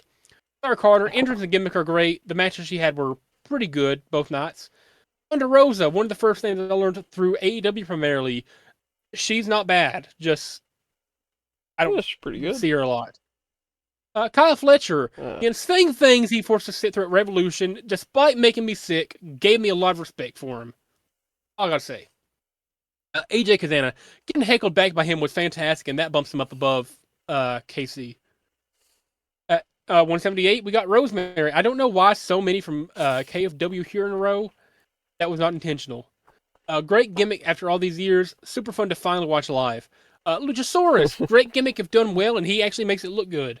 Drew Gulak, apparently also still wrestles. hmm. Jey Uso, I have Jey Uso fatigue. Yeet. JAC, if HGH, Rare Steaks, and Raw Milk were a person, it's him. Super fun to watch, and he genuinely, like I said already, he took my arm off almost. Yeah. Kyle O'Reilly, super underrated. His NXT work is all right. JD McDonough, probably like he exists. Jada Parker has potential to keep growing, but I like what I've seen at NXT. Simon Oh Gotch, yeah. uh, the interviewer he buried Enzo Amore is iconic. Really great character work with a really questionable gimmick. Tia Hale has potential, but I don't know how often she gets booked now. She's another one who's like in her early 20s, makes me feel like a failure. Danhausen, very nice, very evil, very entertaining. Mercedes Monet, I loved her in 2016 to 18, but she's just now. My first wrestling crush, but I'm a far more cultured man now, as you and I have established. Ruby Soho, such a unique looking style. I've enjoyed her work since WWE. Riot Squad in WWE was awesome. JDC, aka Fandango or Fandango, whatever you want to call him, one of my under the radar favorites. Let's go, Max! You're the best wrestler Oh, oh, alive. I got this card right here. Awesome. Let's go, Max! You're the best wrestler alive. Eric Rowan. I've always liked him at least a little bit. He's slipped down the rank in the past 7 or 8 years, but when he was in Wyatt Family and the Bludgeon Brothers with Luke Harper, rest in peace, he was doing pretty good things. He's now with the White Six. Jay White, Switchblade is a cool nickname which bumps him up a little bit. He's a pretty good wrestler. Jordan Grace, she's growing on me. Very strong, has a great look for wrestling. Metalik, aka Grand Metalik, proving Nostalgia Blindness continues. He's really cool though. El Grande Americano, who is not Yeah. Chad Gable, by the way. Uh, Alex Shelley, one of my personal favorite tag team wrestlers. And then we got Chris Sabin, his tag partner, who is tied with him. Billy Gunn, I scissored Billy Gunn. I scissored Billy Gunn. I scissored Billy Gunn. Mark Briscoe, really entertaining. He's got a lot of charisma. I think like at this point in his career, he could really go for like a long solo title run. Mm. Let's go, Steven! Let's go, Christian Steven. Cage. Yeah, Christian Cage, one of those guys that could retire right now. I wouldn't blame him, but I'm glad he isn't retiring. Matt Jackson, I think the books are kind of overrated. Not bad. Some people just glaze them too much. And Nick Jackson, same thing. Aerostar, we're halfway there. Another guy from AAA. really cool like gimmick, I guess. Really cool look at him. Anthony Bowen is better of the Acclaimed in ring from when they were still a team. I've interacted with him a few times in like TikTok live stream chats because he goes live on there all the time. Really cool dude overall. Psycho Clown.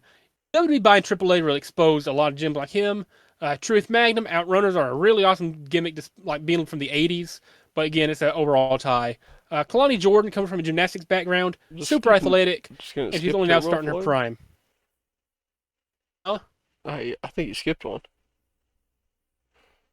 Yeah, Turbo Floyd. 140. I said like they basically tie. Oh, I said the Outrunners basically tie. Kalani Jordan, like I said, just now starting her prime. Priscilla Kelly, aka Gigi Dolan, really cool look with the bright orange hair, and her in-ring work was always pretty fun in NXT.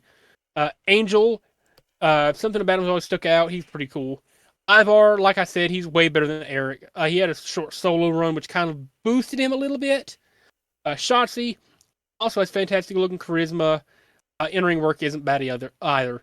Leon Slater from TNA, I've not seen much about him, but he has potential. Octagon Jr., some Mexicans with shaped names. Bailey used to be a yeah. top 10 favorite women's wrestler for me, but she's been outweighed. Jeff Jarrett, he's still got it. Charisma heavily carries now. He's got a lot of it. Not gonna lie, Seeing him at AEW is that awesome. gear is kind of similar to Kylie Page's. I see it. Rusev, he's always been one of those guys that just exists to me mainly, but he can be pretty fun. Sage Chance, I'd never heard of the Slime Balls before Black Harvest. Slime Balls won me over. Tommy gets a slight boost. I felt like he was a lot funnier with like his facial expressions and his like yelling during the match. But both of them are great. Willow Nightingale. Oh, you were gonna say? I didn't really like either of them. I I, just, it's yeah. such an absurd, stupid gimmick, but it works. It's so far out there. Being from Slimeball City and like Uh, hawking a loogie before you shake hands. It's I stupid, but just, I love it. yeah, I just think it's stupid. It's it's like it's at the right amount of stupid and talented to make it work. Willow Nightingale is on my Mount Rushmore of AEW Women's Division, like I said. Really awesome to watch. I'll always like her. Lola Vice, she comes from like an actual combat sports background. Pretty sure she comes from like kickboxing or like cage fighting or something. So her strikes are really believable, and I love me some striking. Bishop Dyer, aka Baron Corbin, I will always be a Baron Corbin apologist. He should have been so much more. He should have been a world champion. Lince Dorado, another one of my favorite cruiserweights. Super amazing. He's actually American though. Hmm. Axiom. I'm pretty sure he's. I don't even know like what he's doing now, but he's awesome. Bianca Axiom, Belair. Axiom made me get good at WWE 2K because in my rise, the like I think it's like the second or third event you do is like a 5 man gauntlet match, and Axiom is like the third one that comes out, and I could not beat this dude for weeks. I could not get around Axiom, and then I finally beat him, and it just gave me what it took to be good at that game. 128, we got Bianca Belair. I've never really been a huge fan of her. That's mainly because our super fans never, ever, ever, ever, ever, ever, ever stop glazing her, and they never, ever, ever shut up. Nobody knows her gimmick.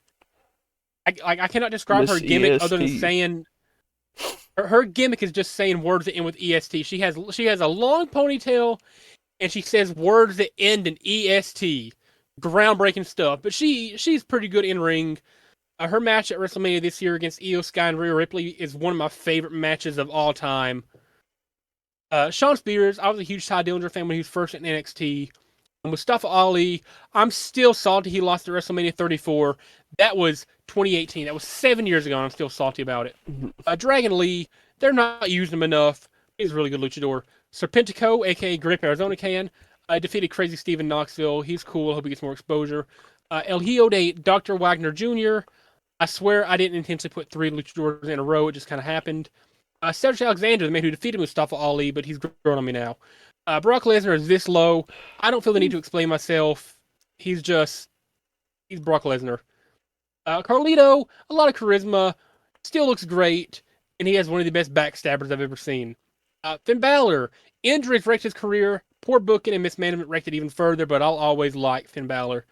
Hunter Drake. I've seen exactly 300 Drake matches, including the one at Black Harvest and one or two I've seen on YouTube. Hmm. He's this high already. He was like that match against like Rich Swann was fantastic. Jay Lethal, he's still got it. I don't think he'll ever lose it. He can be a cocky heel or hilarious face. Kills it no matter what. He did the woo off with Ric Flair. It was funny. He did the Black Machismo gimmick where he ripped off Macho Man. Super awesome. But he can also do serious stuff. Austin Theory has the right look and charisma. Awful booking. AJ Lee. I wasn't around for her initial run until the last few months. She was, okay back then. She still got it, I guess. Jade Cargill, built to be a star. I hope she wins a world title in WWE soon. Grado, one of the undisputed greats of the European indie scene. Absolute giga chat. And just look at that. Sorry, ladies. This is the peak male physique right here. The Miz, one of the most charismatic to ever do it. Greatest Intercontinental Champion of all time. I might shed a tear when he retires. Jack Perry, making fun of CM Punk with the Cry Me a River, real glass, during that All in London show was awesome. Anybody who makes fun of CM Punk, automatically win. Mr. Iguana, I unironically love Mr. Iguana and Lieska. Lyra Valkyria, if you've ever heard her theme, lol, Bird Lady make fans go woo. You know her theme song, Tommy Boy? No. You go like da da da, da da da, da da, but like the fans go like da da da, woo, da da da, woo. Okay. In between and they open up her theme song, the thing go like da da da, fans go woo. It's so stupid, but I love it. Uncle Howdy, I've always loved him since he was Bo Dallas, and he's continuing the legacy with the Wyatt Six. Rest in peace, Bray Wyatt. Doc Gallows, Good Brothers were always awesome. Doc is pretty funny. Velveteen Man, aka Velveteen Dream in WWE, aka Patrick Clark. He had great character work. Kind of was scandalous going on. You can do your own research into that. I won't get into it. Bandito, fantastic in AEW. Everything he touches turns to gold. He's really awesome. Carl Anderson, my favorite of the two Good Brothers, him and Doc Gallows. Carl's great. Ethan Page, haven't seen much of him from the Indies, but when he's in AEW and NXT, he's been awesome. Javon Evans, he's bouncy. Bobby Lashley, sometimes raw strength is enough to be entertaining, sometimes it's not. He's somewhere in the middle ground. Athena, I've loved her since she was in WWE. Her work, team with Billy Starks, has been awesome. Dominic Mysterio, the funniest Judgment Day member so far. Such a bright future. Bonus points for dating both Rhea and Liv in kayfabe. Which you got to give him credit. Like, that's better than any championship in WWE's. Like, in kayfabe, dating Rhea and Liv. Probably is. And being the son of Rey Mysterio. Damian Priest, another that I used to hate, but he's grown on me in the past few years. We saw him in Knoxville. Otis, if you hate Otis, you just hate wrestling. He's a big man who can do things pretty well, and he's funny. Ricochet, character work has been a little bit annoying. I don't know if that's intentional or not. Definitely is. Andrade, at the time I'm writing this, he may have switched companies 3 more times because when I initially put him on the list, he was still in WWE. He got fired, and by the time I made this slideshow, he was already back in AEW. Yeah, he got fired for failing a bunch of steroid tests. So by the time that this episode comes out, he might be back in WWE, but at the time of recording, he's in AEW. Kofi Kingston, New Day was on an elite run for nearly a decade. I've always loved Kofi. But Xavier Woods' charisma was always the highest. Xavier Woods. Him playing the trombone is also super cool. Pete Dunne, around the time he left NXT UK, whenever that was still a thing, his booking started to suck, which is awful because he's an absolute beast and he can, like, tear it up. Julia Hart, her series with Jamie Hayter will stick out for a long time to me. A great worker, and when she was in House of Black, when that's still a thing, it was awesome. Blake Monroe, her match with Toni Storm and AEW were awesome. Some of the best AEW women's stuff ever done. This whole NXT, like, supermodel, actress, like, famous pretty girl gimmick could work if it's booked right. Mm-hmm. Naomi, I have loved Naomi since 2016. 2016 Naomi will stick out as one of the greatest wrestlers in years ever for me. I might have mentioned this already. But I just love Naomi. She's awesome. She's funny online, too. Shelton Benjamin, I liked him more than Lashley. Hurt Syndicate's pretty good. Tyler Bate, he was a champion in WWE in NXT UK when he was like 19 or 20. And he's still going with WWE. Buddy Matthews, Rhea Ripley's husband. Adam Copeland, same thing with Chris, and he could retire right now, and nobody would blame him. Just doing it for the love of the game. Apollo Crews, let's just forget about the Nigerian Prince gimmick he had in 2020-21, which you weren't around for. Thank God you weren't in the trenches. He's awesome. Chris Statlander, another one of my AEW women's Mount Rushmore. I'm so glad she's a women's champion now. She got the talent and the look to be a star. Always fun to watch. Willer Yuta. I hate the Death Riders. I hate them so much. Yuta's awesome though. Chelsea Green. She's got really good in ring work recently. Average in ring in general, I'd say, but her charisma and her comedy work are awesome. Same thing though. That Banshee in SmackDown absolutely tanks her, which isn't her fault. Ooh, excuse me. Roman Reigns. I still have fatigue from 2020 to 24 when Roman won by interference his 4 matches a year. Genuinely, he would only be wrestling 4 or 5 times a year, and every time ended in interference. Still good though. EC3, loved him in TNA, loved him in NXT, wasted on the main roster. He's kind of been revived. Grayson Waller, natural born talker, entertainer. He's good in ring. Ludwig Kaiser, he's a good foreign heel, but pushes above the stereotype. Good worker. Raquel Rodriguez, I don't get the hate for her. I think she's awesome. Asuka, I absolutely hated her from 2016 to 2019, but since then, I get the hype. Shinsuke, I still get chills watching his NXT entrances. NXT Shinsuke was awesome. I wish they would book him like that again. Kazuchika Okada, he's good. Roxanne Perez, she's called the Prodigy for a reason. Samurai Del Sol, when he was Kalisto, I love him. I've shown you the Salida Del Sol from the ladder through the ladder Yeah. in 2015, right? One of my favorite spots of all time. Akira Tozawa, when they actually let him wrestle instead of being nothing but a stupid comedic character, he's really good. R-Truth will never die. I'm convinced at this point he is fully immortal. R-Truth cannot die. R-Truth, like, physically cannot die or age. This man has been 30 years old for the past 25 years. Sheamus, hard hitter who can still go full pace at almost 50. You know that he's almost 50. Yeah. And he's still going.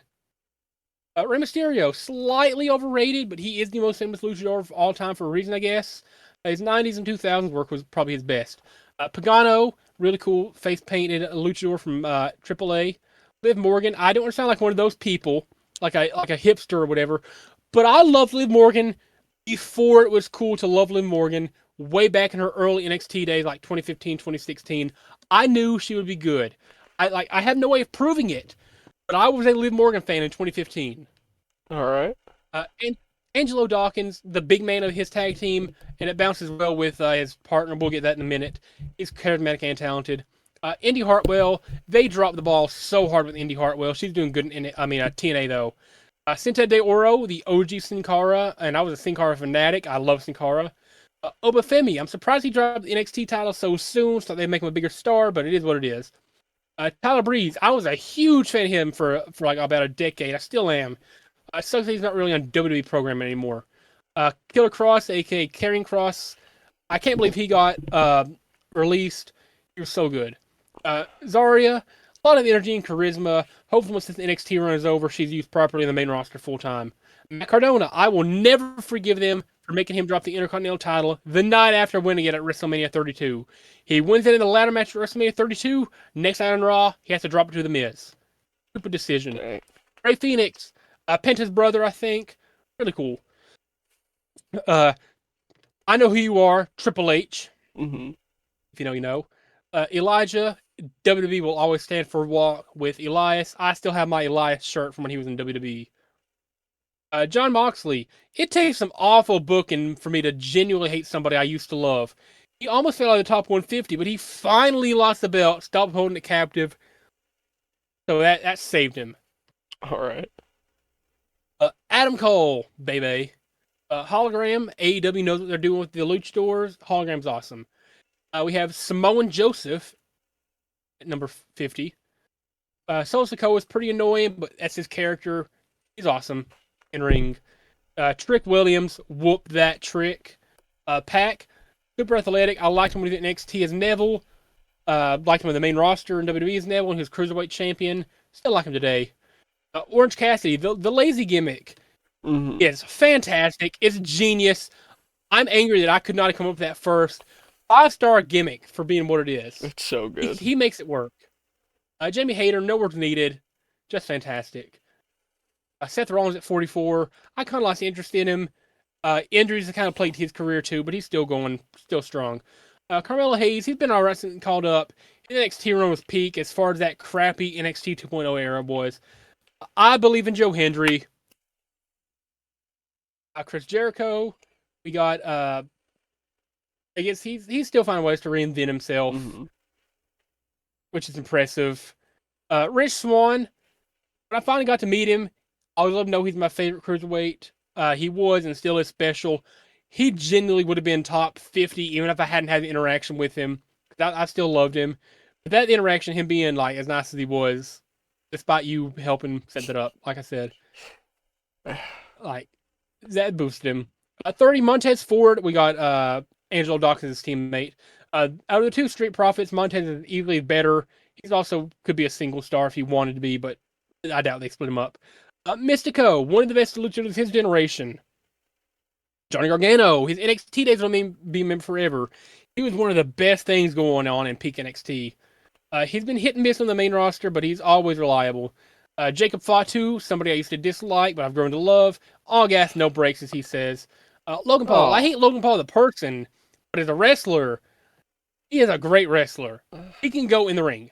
He yeah. sucks as a person for the crypto scam, and for Prime, and for In showing a dead Japan. body, and for being an absolute nuisance, Guys, I and think for the there's a entire Japan body over trip, there. and for What? being the entire and for the entire Japan trip. I mentioned the Japan trip. I think I forgot to mention the Japan trip for being an absolute nuisance, but still, he's a good wrestler.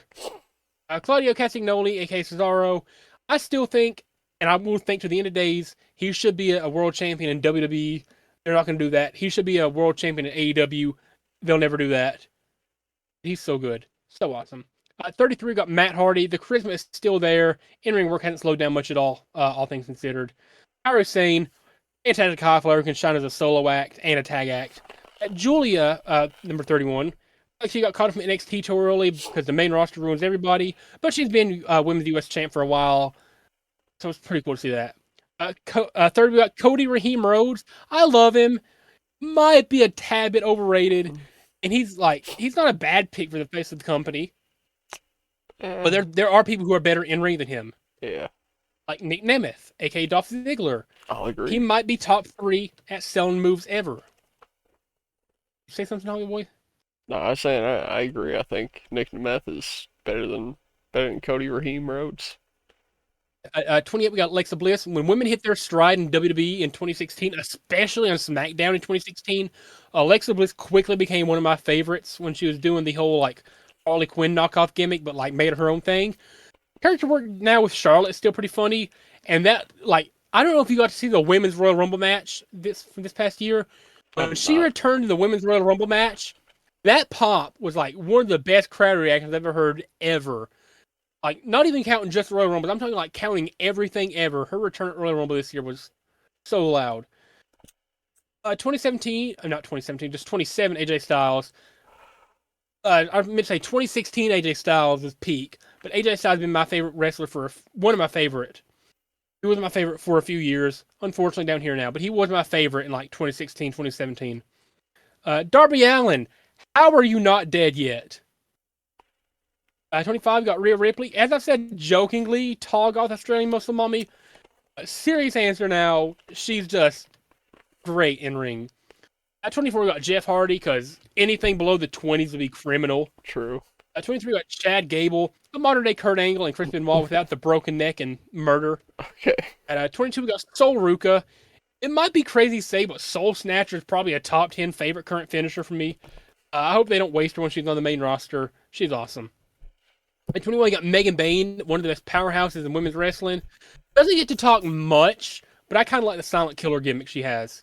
At 20, we got Tiffany Stratton, top 5 moonsault in the world right now, and she has the talent on the mic, playing the whole like spoiled, uh, like pretty girl Barbie gimmick.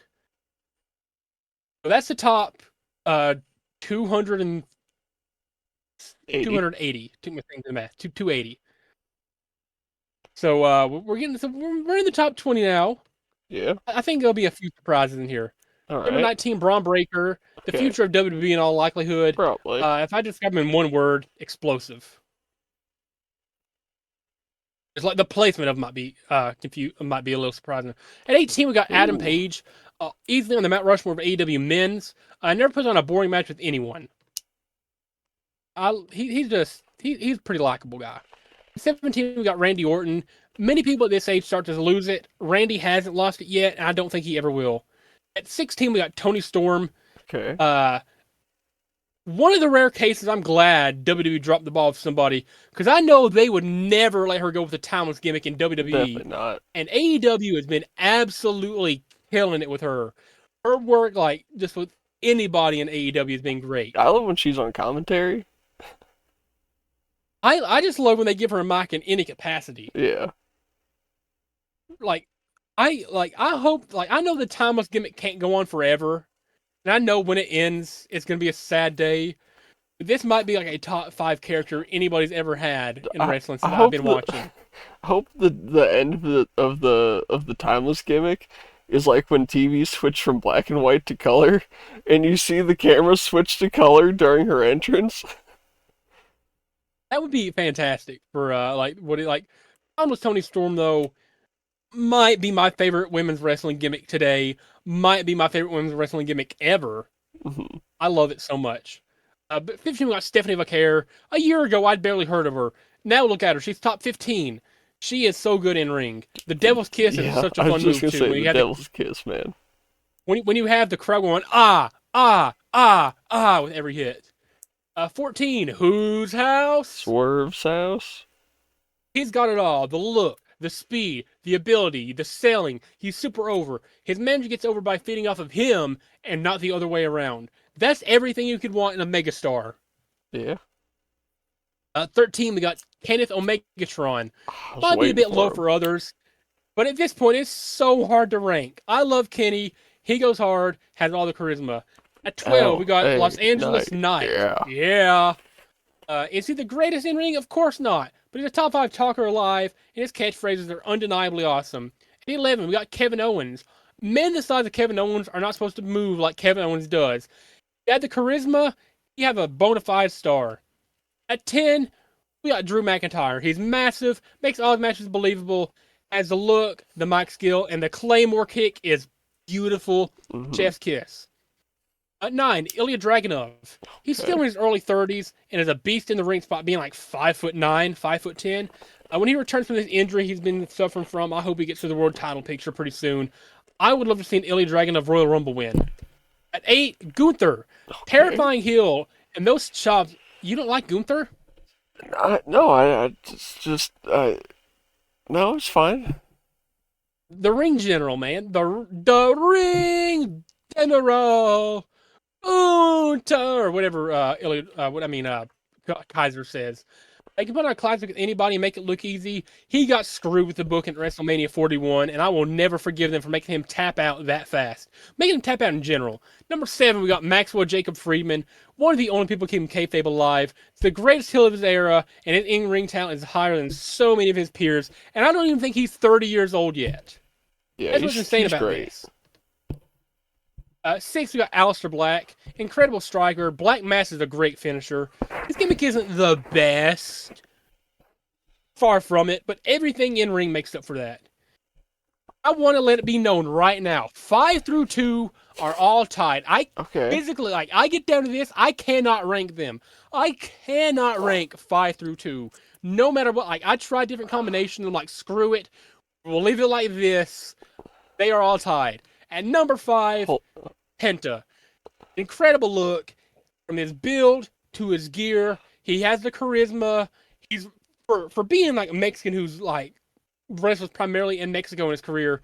He has he can talk good English when he needs to. He makes every spot look effortless, and the Mexican Destroyer is so pretty. I'm still At waiting number for 4, we one got Io wrestler on here. Sky. Is there anything Io Sky can't do? An undisputed top 5 wrestler in the world, male or female. At number 3, we got Kenzie Page. And yeah, 2 and 3 are a bit biased, but like I said, this is my favorites list. Not a definitive greatest.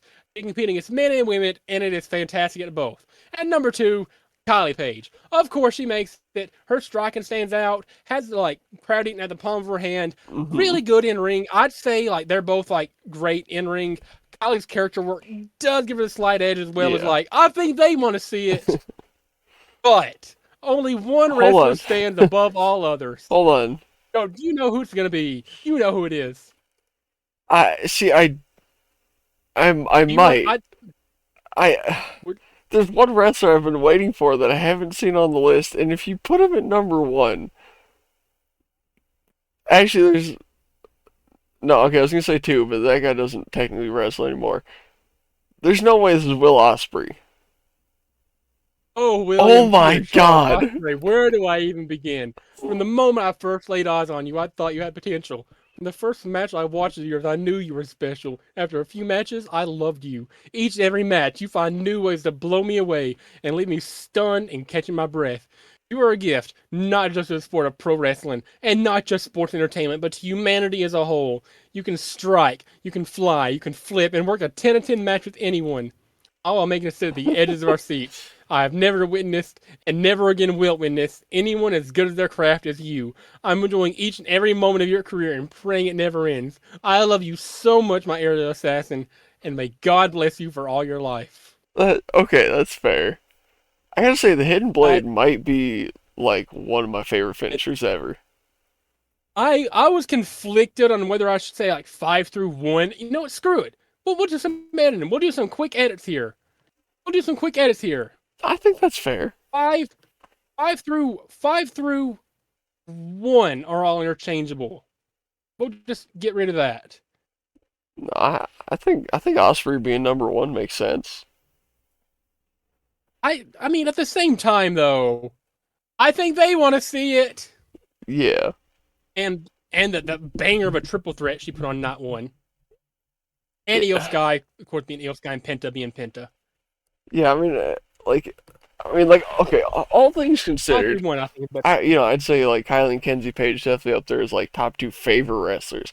I think if we're going like current best wrestlers, I think it might be Osprey. it's like if you're looking at like best, like consensus wise, not like ones that I like the most, like if you were to ask the general population of wrestling fans who the best are, they probably say Io Sky and Will Ospreay. Yeah, I feel like that's like popular opinion. I think that was a pretty good list, that was. for me at least. I mean, then again, it's my favorites list. I think I know better than anybody who my favorite wrestlers are. Yeah, I think it makes more sense to have it tied like 5 through 1 be a 5-way tie, just because like you can't rank them. hmm. Man, well, I got something to show off really quick. Right? So I got these after we filmed our last episode. Haven't had a chance to show them off yet. These things here. I think I might have sent them to you personally. Maybe, maybe not. But I bought some vinyls that I'm gonna end up giving to my stepdad because he's really into records. But they're both from Yeah, Red I Hot might play Chili that. Peppers. This one Okay. is One Hot Minute, which is a pretty good album. Yeah, not too popular for one from them, so I figured he'd like that. And then I got him his absolute favorite Red Hot Chili Peppers album, which he does not have on Blood Sugar vinyl, Sex Magic. Blood Sugar Sex Magic. Oh, Mother's Milk. okay. Yeah, this is his favorite album from them. So I figured, I'll get that for him next time I see him. Be like, happy birthday. You missed my birthday. I missed yours. Here's some records.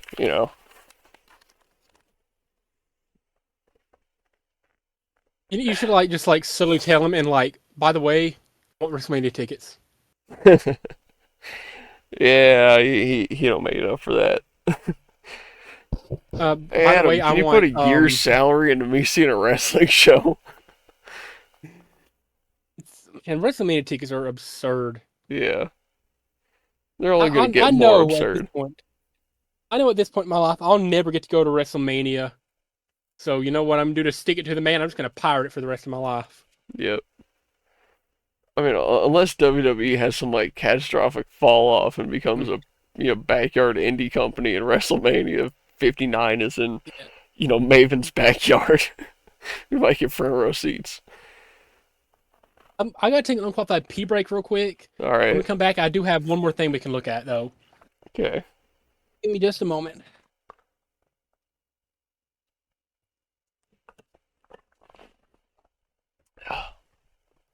While he does that, I'm gonna eat some Brazil nuts. Brazil nuts are high in magnesium and selenium, and pretty good. I eat anywhere between like 3 to 5 a day, just depending like what my needs are. I'm just gonna eat three right now. Eating five of them is about 200 calories, so I don't figure this is like 120, something like that.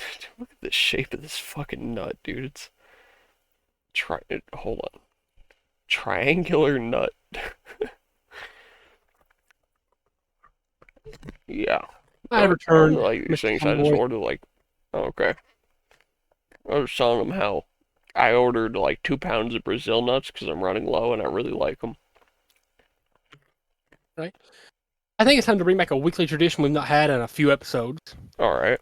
But we've actually got it like recording on a day where they revealed them. So Ooh.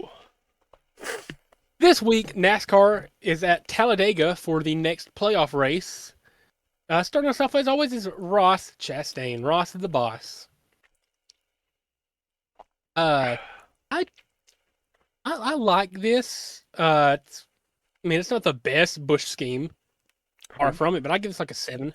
gonna give it a solid 5. Right. The orange is definitely an interesting touch. Not bad. Austin Cindric in the discount tire, 6. 3. Alrighty.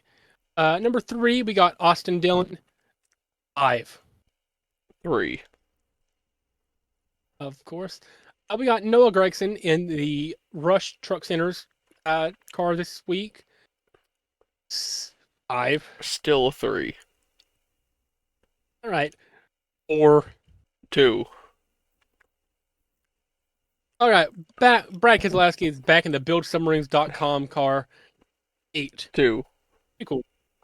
Okay. Justin Haley driving the Gamebridge Assist. This is a new car. I've not seen this all year.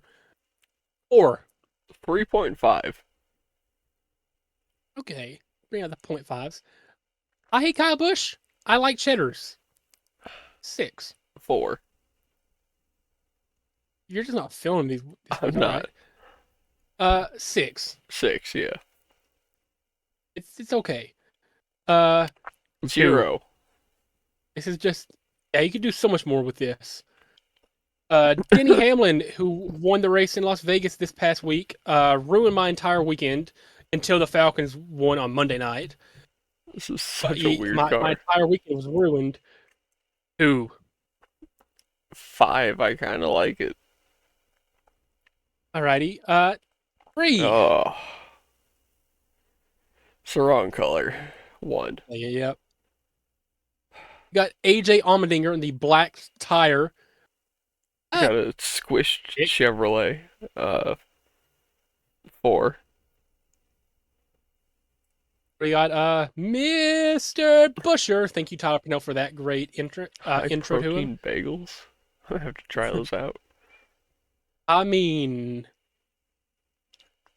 Yeah. it's got your name on it. 7. Yeah, I was thinking 7 too. I'm going with that. Alrighty. We got Chase Briscoe. I'm gonna give this a 7.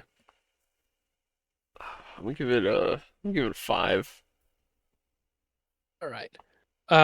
Christopher Bell in the DeWalt car. I love Christopher Bell. This paint scheme could be better. 6. I was also thinking 6. Look at us. Josh the 4. 3. I think I mentioned this already. It looks a bit like the Mistachrome paint they used to do on the Mustangs in like the late 90s. It's alright, but it doesn't look right. We got Giggles. 3. 2. Got Bubba Wallace. I don't like Bubba Wallace, but I like this car. 8. 3. Not a fan of it. Right, to each their own. William Byron in the Raptor car. 7. 3. Austin Hill making the call up from the Xfinity series for some reason this week. 4. 3. We got Todd Gilliland in the Loves car. 5. 8. I thought you liked this car. Yeah, it's 5. It's all right.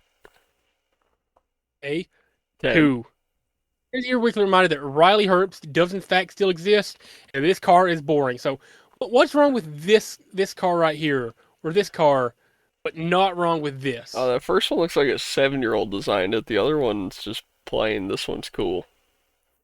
This looks like a 7-year-old designed it, but just like slapping a logo on a black car and calling it a day. I'll never Okay. understand you. Zane Smith and the Cinnabone. He's got a dog on it, which is kind of cool. Yeah. 6. 7. 6, 7. You knew what you were doing.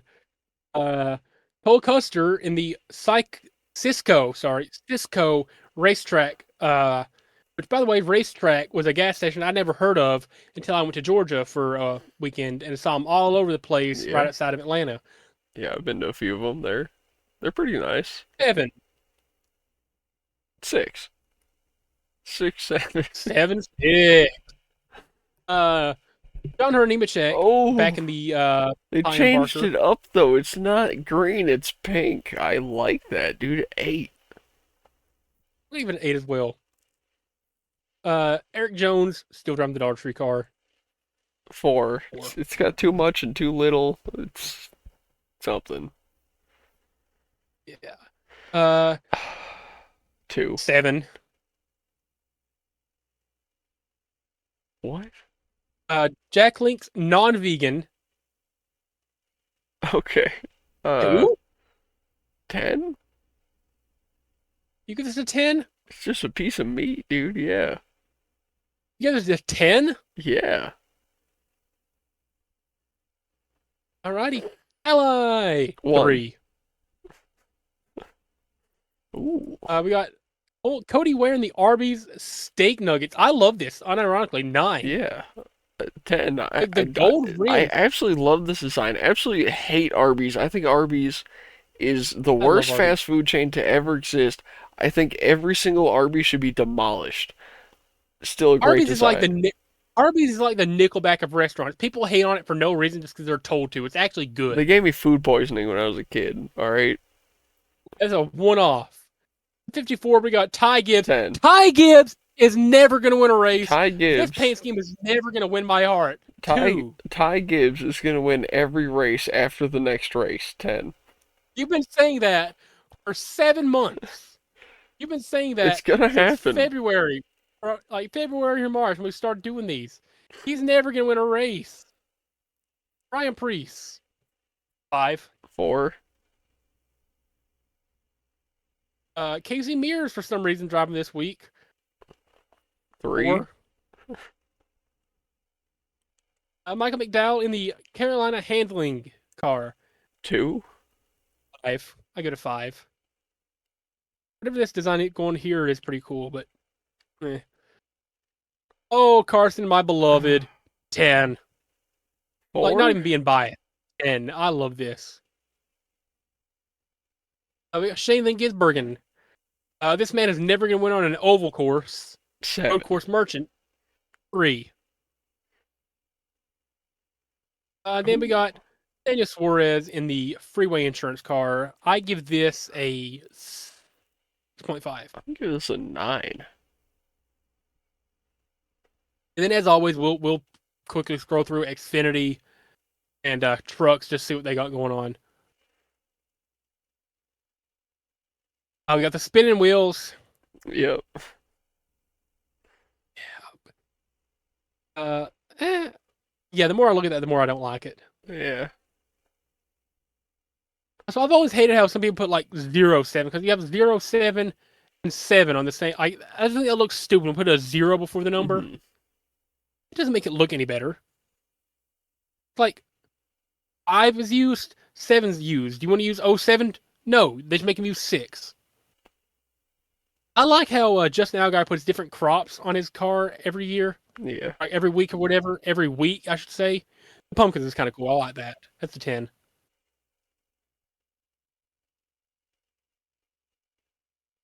Hey, I'd say that's a 10. That's Yeah, cool. it's pretty nice. Uh, Ah, oh man, this is doesn't even have like a different colored hood or trim on it. It's all the wrong color. Oh, man, this is no, never mind. That's all right. Who is Carolyn Jones? Why does she sponsor an official NASCAR sanctioned car? Who knows? What is this? I can't tell if I love this or hate this. It's interesting for sure.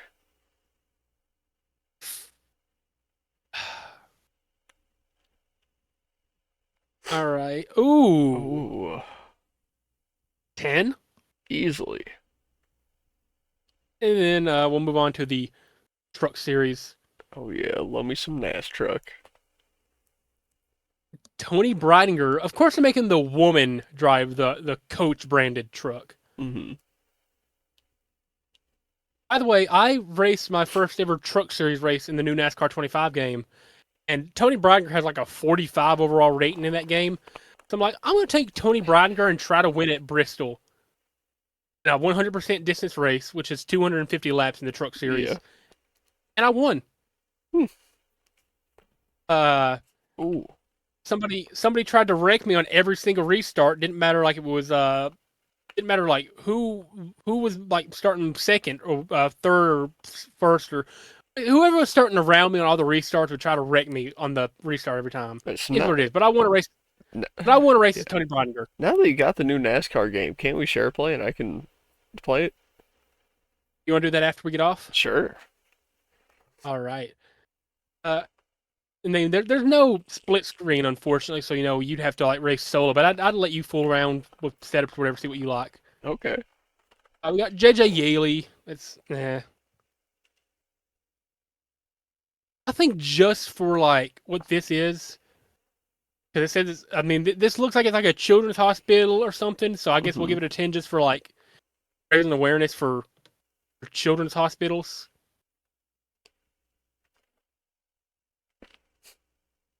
Uh, Lane Riggs, that's who it was. Lane Riggs is the guy who tried to wreck me every single time we were on restart. Okay. He'd somehow find his way like right beside me or right behind me in that race. And like we were going into like turn one or turn two at Bristol. He'd run up on my like the bed of my truck on the left side because I'd be yeah, because I like taking the high lane at Bristol when I'm on the turns. Mm-hmm.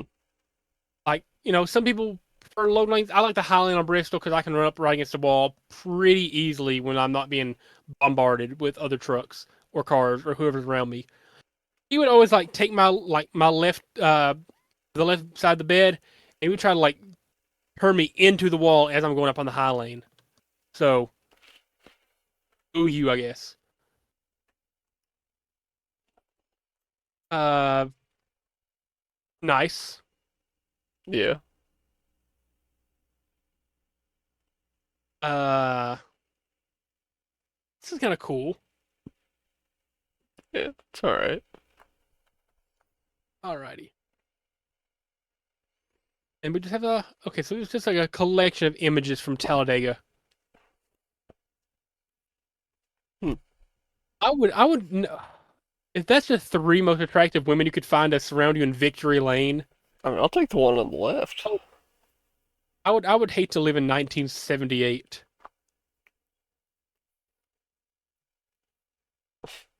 Okay, Some. that's a pretty tough call. That's a pretty tough picture right there.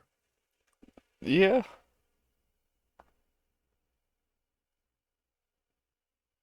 Oh, Michael Waltrip. I recognize that name.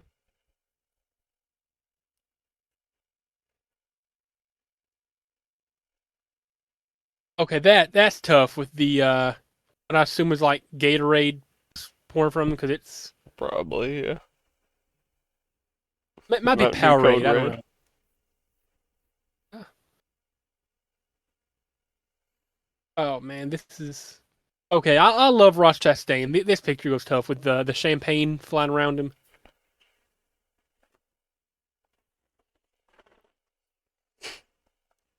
Okay, and yeah, we don't care about Denny Hamlin here.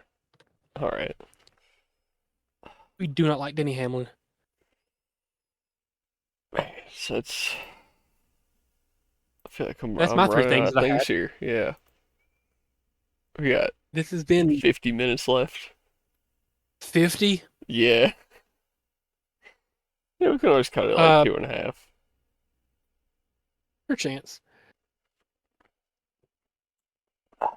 Oh man, did I tell you about that absolute banger of a match I had with Io Sky and Kylie Page on 2K? Not in detail, but you sent me a picture of it. I decided to set the game difficulty to legendary. I usually play in hard if I'm just trying to play like casual or whatever. I've been playing longer where like hard can give me a bit of a challenge. I can still lose occasionally. Like legendary, the jump from hard to legendary is massive. That's what they won't tell you. Like the jump from hard to legendary on 2K is insane.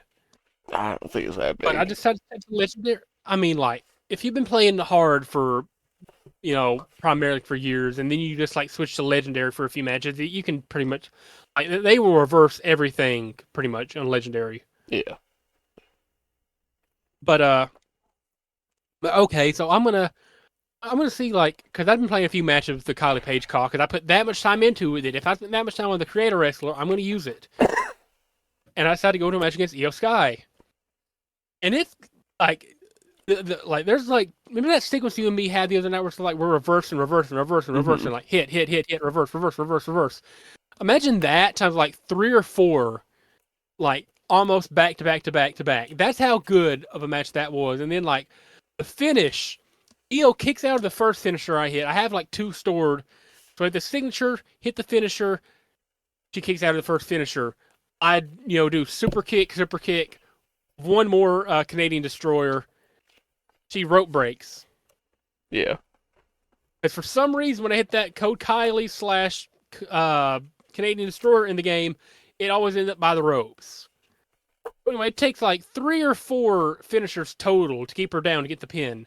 It ends up being like a 5-star match. And like now, whenever you go into like, when you're on play now, selecting a match type, it tells like what your Hmm. best match was by rating. That's the best match I've ever played by rating. Nice. It's Kylie Page's Io Sky.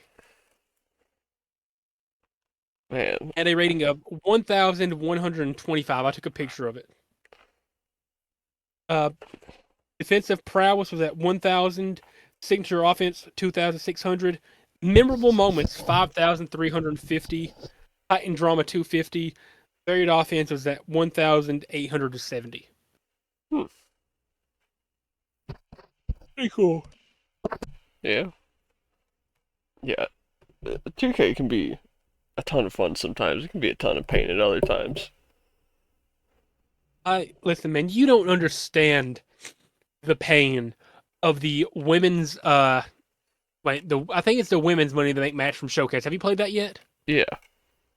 Yeah. I Okay. know. Well, I did a first try. Oh, okay, of course you did. Of course you did. No, you don't understand the pain of the 2K18 career mode when you have to win the Royal Rumble going out at number one using your That sounds pretty career. So you hard. can't like keep in mind this like it's through career mode. Like you can only like level up your character so much at a time. So like you can't just create somebody who's like a 99 and immediately go in. Hmm. Like whatever like overall your character at the time is what you have to use, and it sucked. It took me like a dozens upon dozens of tries to beat that. I think it was 2K18. Hmm. Yeah. It What? was one of the matches of all time. Which game was it that was so bad they had to skip a year? Was it 2K21? 2K20. Oh, They didn't okay. make a 2K21, so they put out whatever 2K Battlegrounds was, which worst purchase I've ever made was 2K Battlegrounds. Yeah, what was the career mode in 2K20 like? We don't talk about it. Okay. We don't talk about 2K20. Fair enough, I It's guess. definitely a game. You know what else is The fact definitely that a game? 2K14. was Been playing a little bit more of it. oh, I love 2K14. I wish they would remaster it. I understand with like the licensing and everybody that was in it, it's now somewhere else. They couldn't do it. Just I want a remaster just for the sole purpose of getting defeat the streak, defend the streak, and create a story. Dude, we could learn coding. We could remastered ourselves, give it the 2K25 controls. Had create a story. Yeah, I'm telling you, if they had create a story in 2K25, I would spend all my time doing that. I probably would too. That'd be a lot of fun. Like, especially now that I've been a wrestling fan for over a decade and understand how storylines work, I could do so much stuff with that. That could be like a good way to get practice for FWC. I feel Oh. like. Well, dude, we could like have a 360 in the FWC office, 2K14, Ooh. make creative characters of all our roster, and then use the creative story to like play storylines out for us. Oh man, that'd be cool. That'd be fun. Oh, we're visionaries, Tommy boy. We are. Nobody steal that We are. idea from us. I'm sure other companies did that around the time. Probably, yeah. It's not like a idea that you can really trademark. Yeah, if you think they're not loading up 2K25 in that office, sometimes being like, let's just see what this looks like. Let's see what like the Miz versus Io Sky would look like. Why not? Matches that'll never happen. That'd be cool though. It would. It would. And yeah, I still can't believe we got to witness the Miz in person. I still can't believe we got to witness. I think they want to see it in Yeah, person. Whenever that match eventually goes up on YouTube or whatever, like we're gonna be right there in front of the camera. yeah, that's a good point because there was camera people on both sides getting that angle. So like, we're gonna be right there in the middle of the shot. Now, so far, they've only posted 2 matches from Crossfire Yeah, on YouTube, but I mean from Black Harvest, I should say, on YouTube. that's crazy that We're we're in the background of both of them. we might get the Black Harvest vlog up before KFW gets all their matches up from Well, Black they've not Harvest. posted one in 6 days. Yeah. Hmm. I've been looking, by the way, every single day to see if the Joe Kazana Promotions, one that we're going to see in Knoxville, has posted an update about the new date. They've not.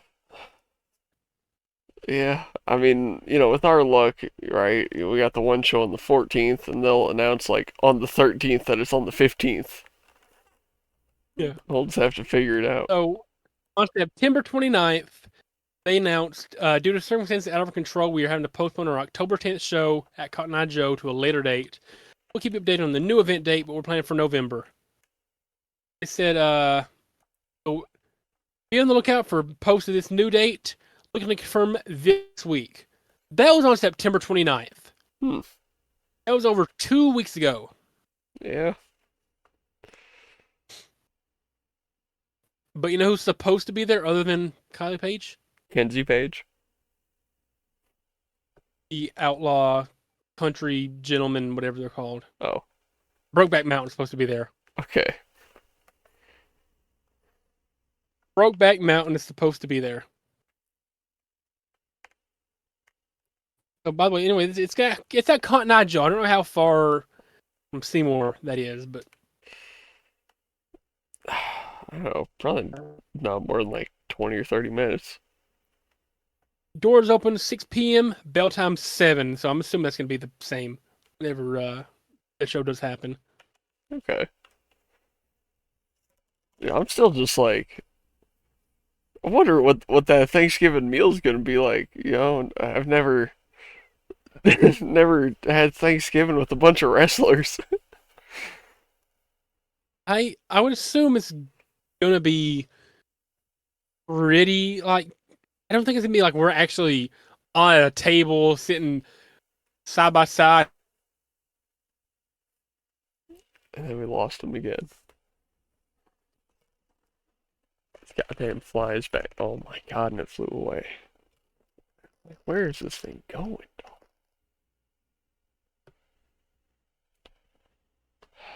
Boy, for Landy to get back. Yeah, I don't think we're gonna be. And it's back. And it's gone. Yeah, I don't think we're gonna be like sitting around singing Kumbaya or anything, but I don't know. It's just, I mean, they said that like we're gonna be What happened? Is it on my side? What's happening? Yeah, there's connection problems. What? Oh, did it really? My Ethernet just drop out? That's so gay.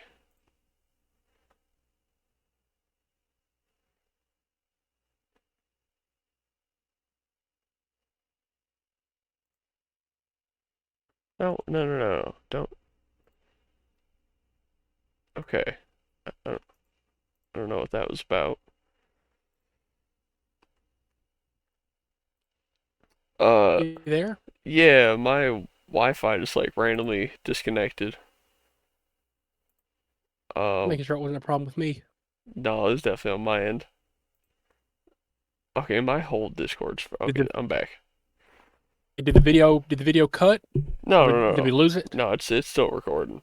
It's just my Wi-Fi dropped out for Hey, some reason. just making sure we didn't lose our progress. No, no, we're good. Anyways, All right. do we got anything else to talk about? Oh man, I'm sure we could find something to pad the time if we really needed to. Do we need to? Do you think we need to? I mean, I don't know. I think quality over quantity. You know, if it'd be better just to cut it short, we could cut it short. It's up to you. I mean, I'm all for cutting it, but if you want to go another 40 minutes and try to figure something out, we can. That's up to you. Do you have an outro ready? Actually, I should ask, do you have a Black Harvest specific Hold on. uh specific outro? I feel like you would have made one. Have one. If I can get Google Docs to load, because my internet is being kind of choppy right now too. Let me find, where do I have my outros? Here we go. I did come up with a few more. Let me see. I was just imagining that like you probably got one written down that's tip your waiter whatever, and I think they want to see it. Right. Now I have to change it. Now I have to change it. That was it. Listen, I have 12 on my list right now because I'm continuously adding and removing from Yeah. it.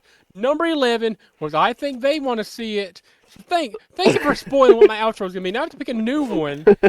I don't think I can think of one that's Black Harvest related that fast. Thanks a lot, Tommy Boy. God. You can Shout still. out Bo, shout out Larry, shout out Chrissy, shout out Tajikistan, shout out KFC, shout out KFC Australian Girl, shout out Muju, shout out Water, shout out Beanie, shout out Sean, shout out Jalen, shout out Leah, shout out Hash Browns, I like them a lot. Shout out Billy Starks, I mentioned her earlier, Kentucky represent. Shout out Megan Bain, shout out Jimmy Hater, which we're gonna start phasing out in favor of shout out Kinsey Page, shout out Kylie Page, shout out Kylie Page, shout out Kylie Page, shout out Kylie Page, shout out Kylie Page, shout out Kylie Page. Shout out the Country Gentleman. Shout out Kylie Page, shout out Kylie Page, shout out Megan Bain, Jimmy Hater one more time each. Shout out Rich Swan. Shout out Will Ospreay, my king, my Billy Goat, my aerial assassin. And shout out Kylie Page and Jimmy Hater, Megan Bain, and shout out Kylie Page 4 more times. That being said, you got anything you want to say, Tommy Boy? I think they want to see it. That being said, remember to use your signal. Tip your waiter unless they suck.